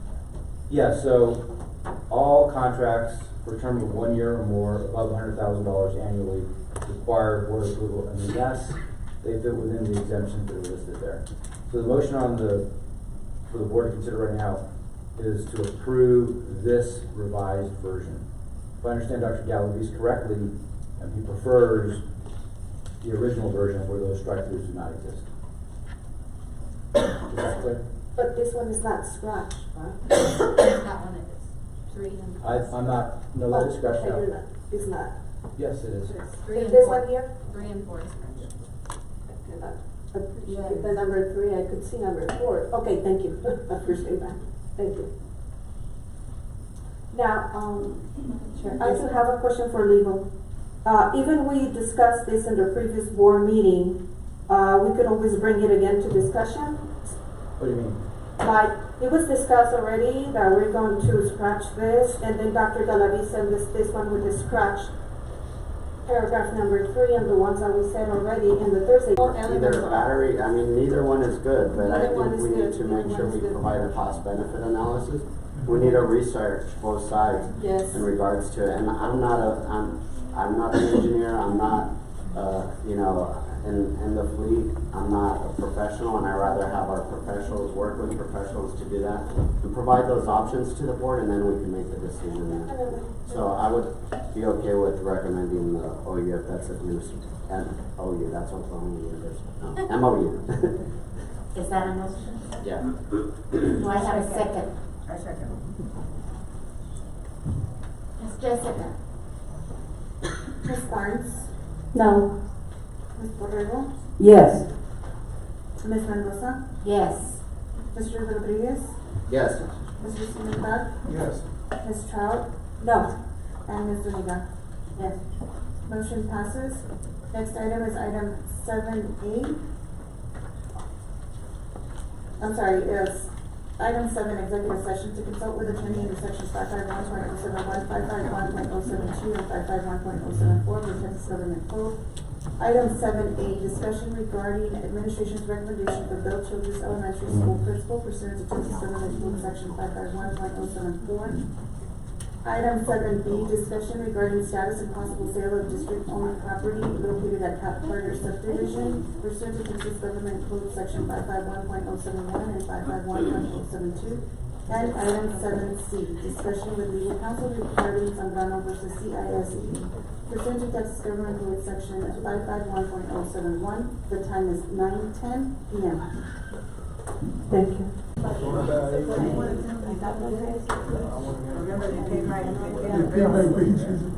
Are you announce the next item? Yes, ma'am. Item 8A, discussion and possible action regarding administration's recommendation for Bill Childress Elementary School principal. Will I have a motion from the board? I move. I second. We need the name. Oh, sorry. The name? Maria. Maria Varela. I recommend Maria Varela. Ms. Trout. And who seconded the motion? Ms. I Barnes. second this. On to the voting, Ms. Barnes, Yes. Ms. Borrego, Yes. Ms. Mendoza, Yes. Mr. Rodriguez, Yes. Mr. Cimental, Yes. Ms. Trout, Yes. and Ms. Zuniga. Yes. Motion passes. Next item is 8B, discussion and possible action regarding status and possible sale of district-owned property located at Pat Carter subdivision. Thank you, Board President Mendoza, members of the board, and Dr. Calvis. There's no action required on this. We just wanted to get you updated on the current status of that transaction. That information was provided to you in closed session, and as that moves forward, we'll bring it back to you. So no action. Item 8C, discussion and possible action regarding Zambrano versus CISD, including pending settlement demand. Thank you. Again, in closed session, I gave you all an update on the status of this currently pending lawsuit. It's been at the request of the administration and the district's insurance carrier that the board authorize the administration, legal counsel, and the carrier to negotiate a possible settlement on the terms discussed in closed session. And if any is reached, we'll report that back to the board. No action. Do I need a I move. do I have a second? I second. Motion and second. Jessica? Ms. Barnes, Yes. Ms. Borrego, Yes. Ms. Mendoza, Yes. Mr. Rodriguez, Yes. Mr. Cimental, Yes. Ms. Trout, Yes. and Ms. Zuniga. Yes.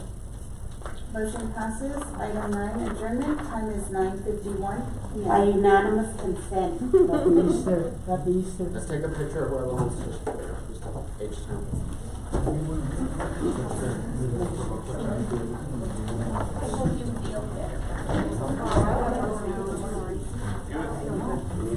I don't think colors and stuff like that.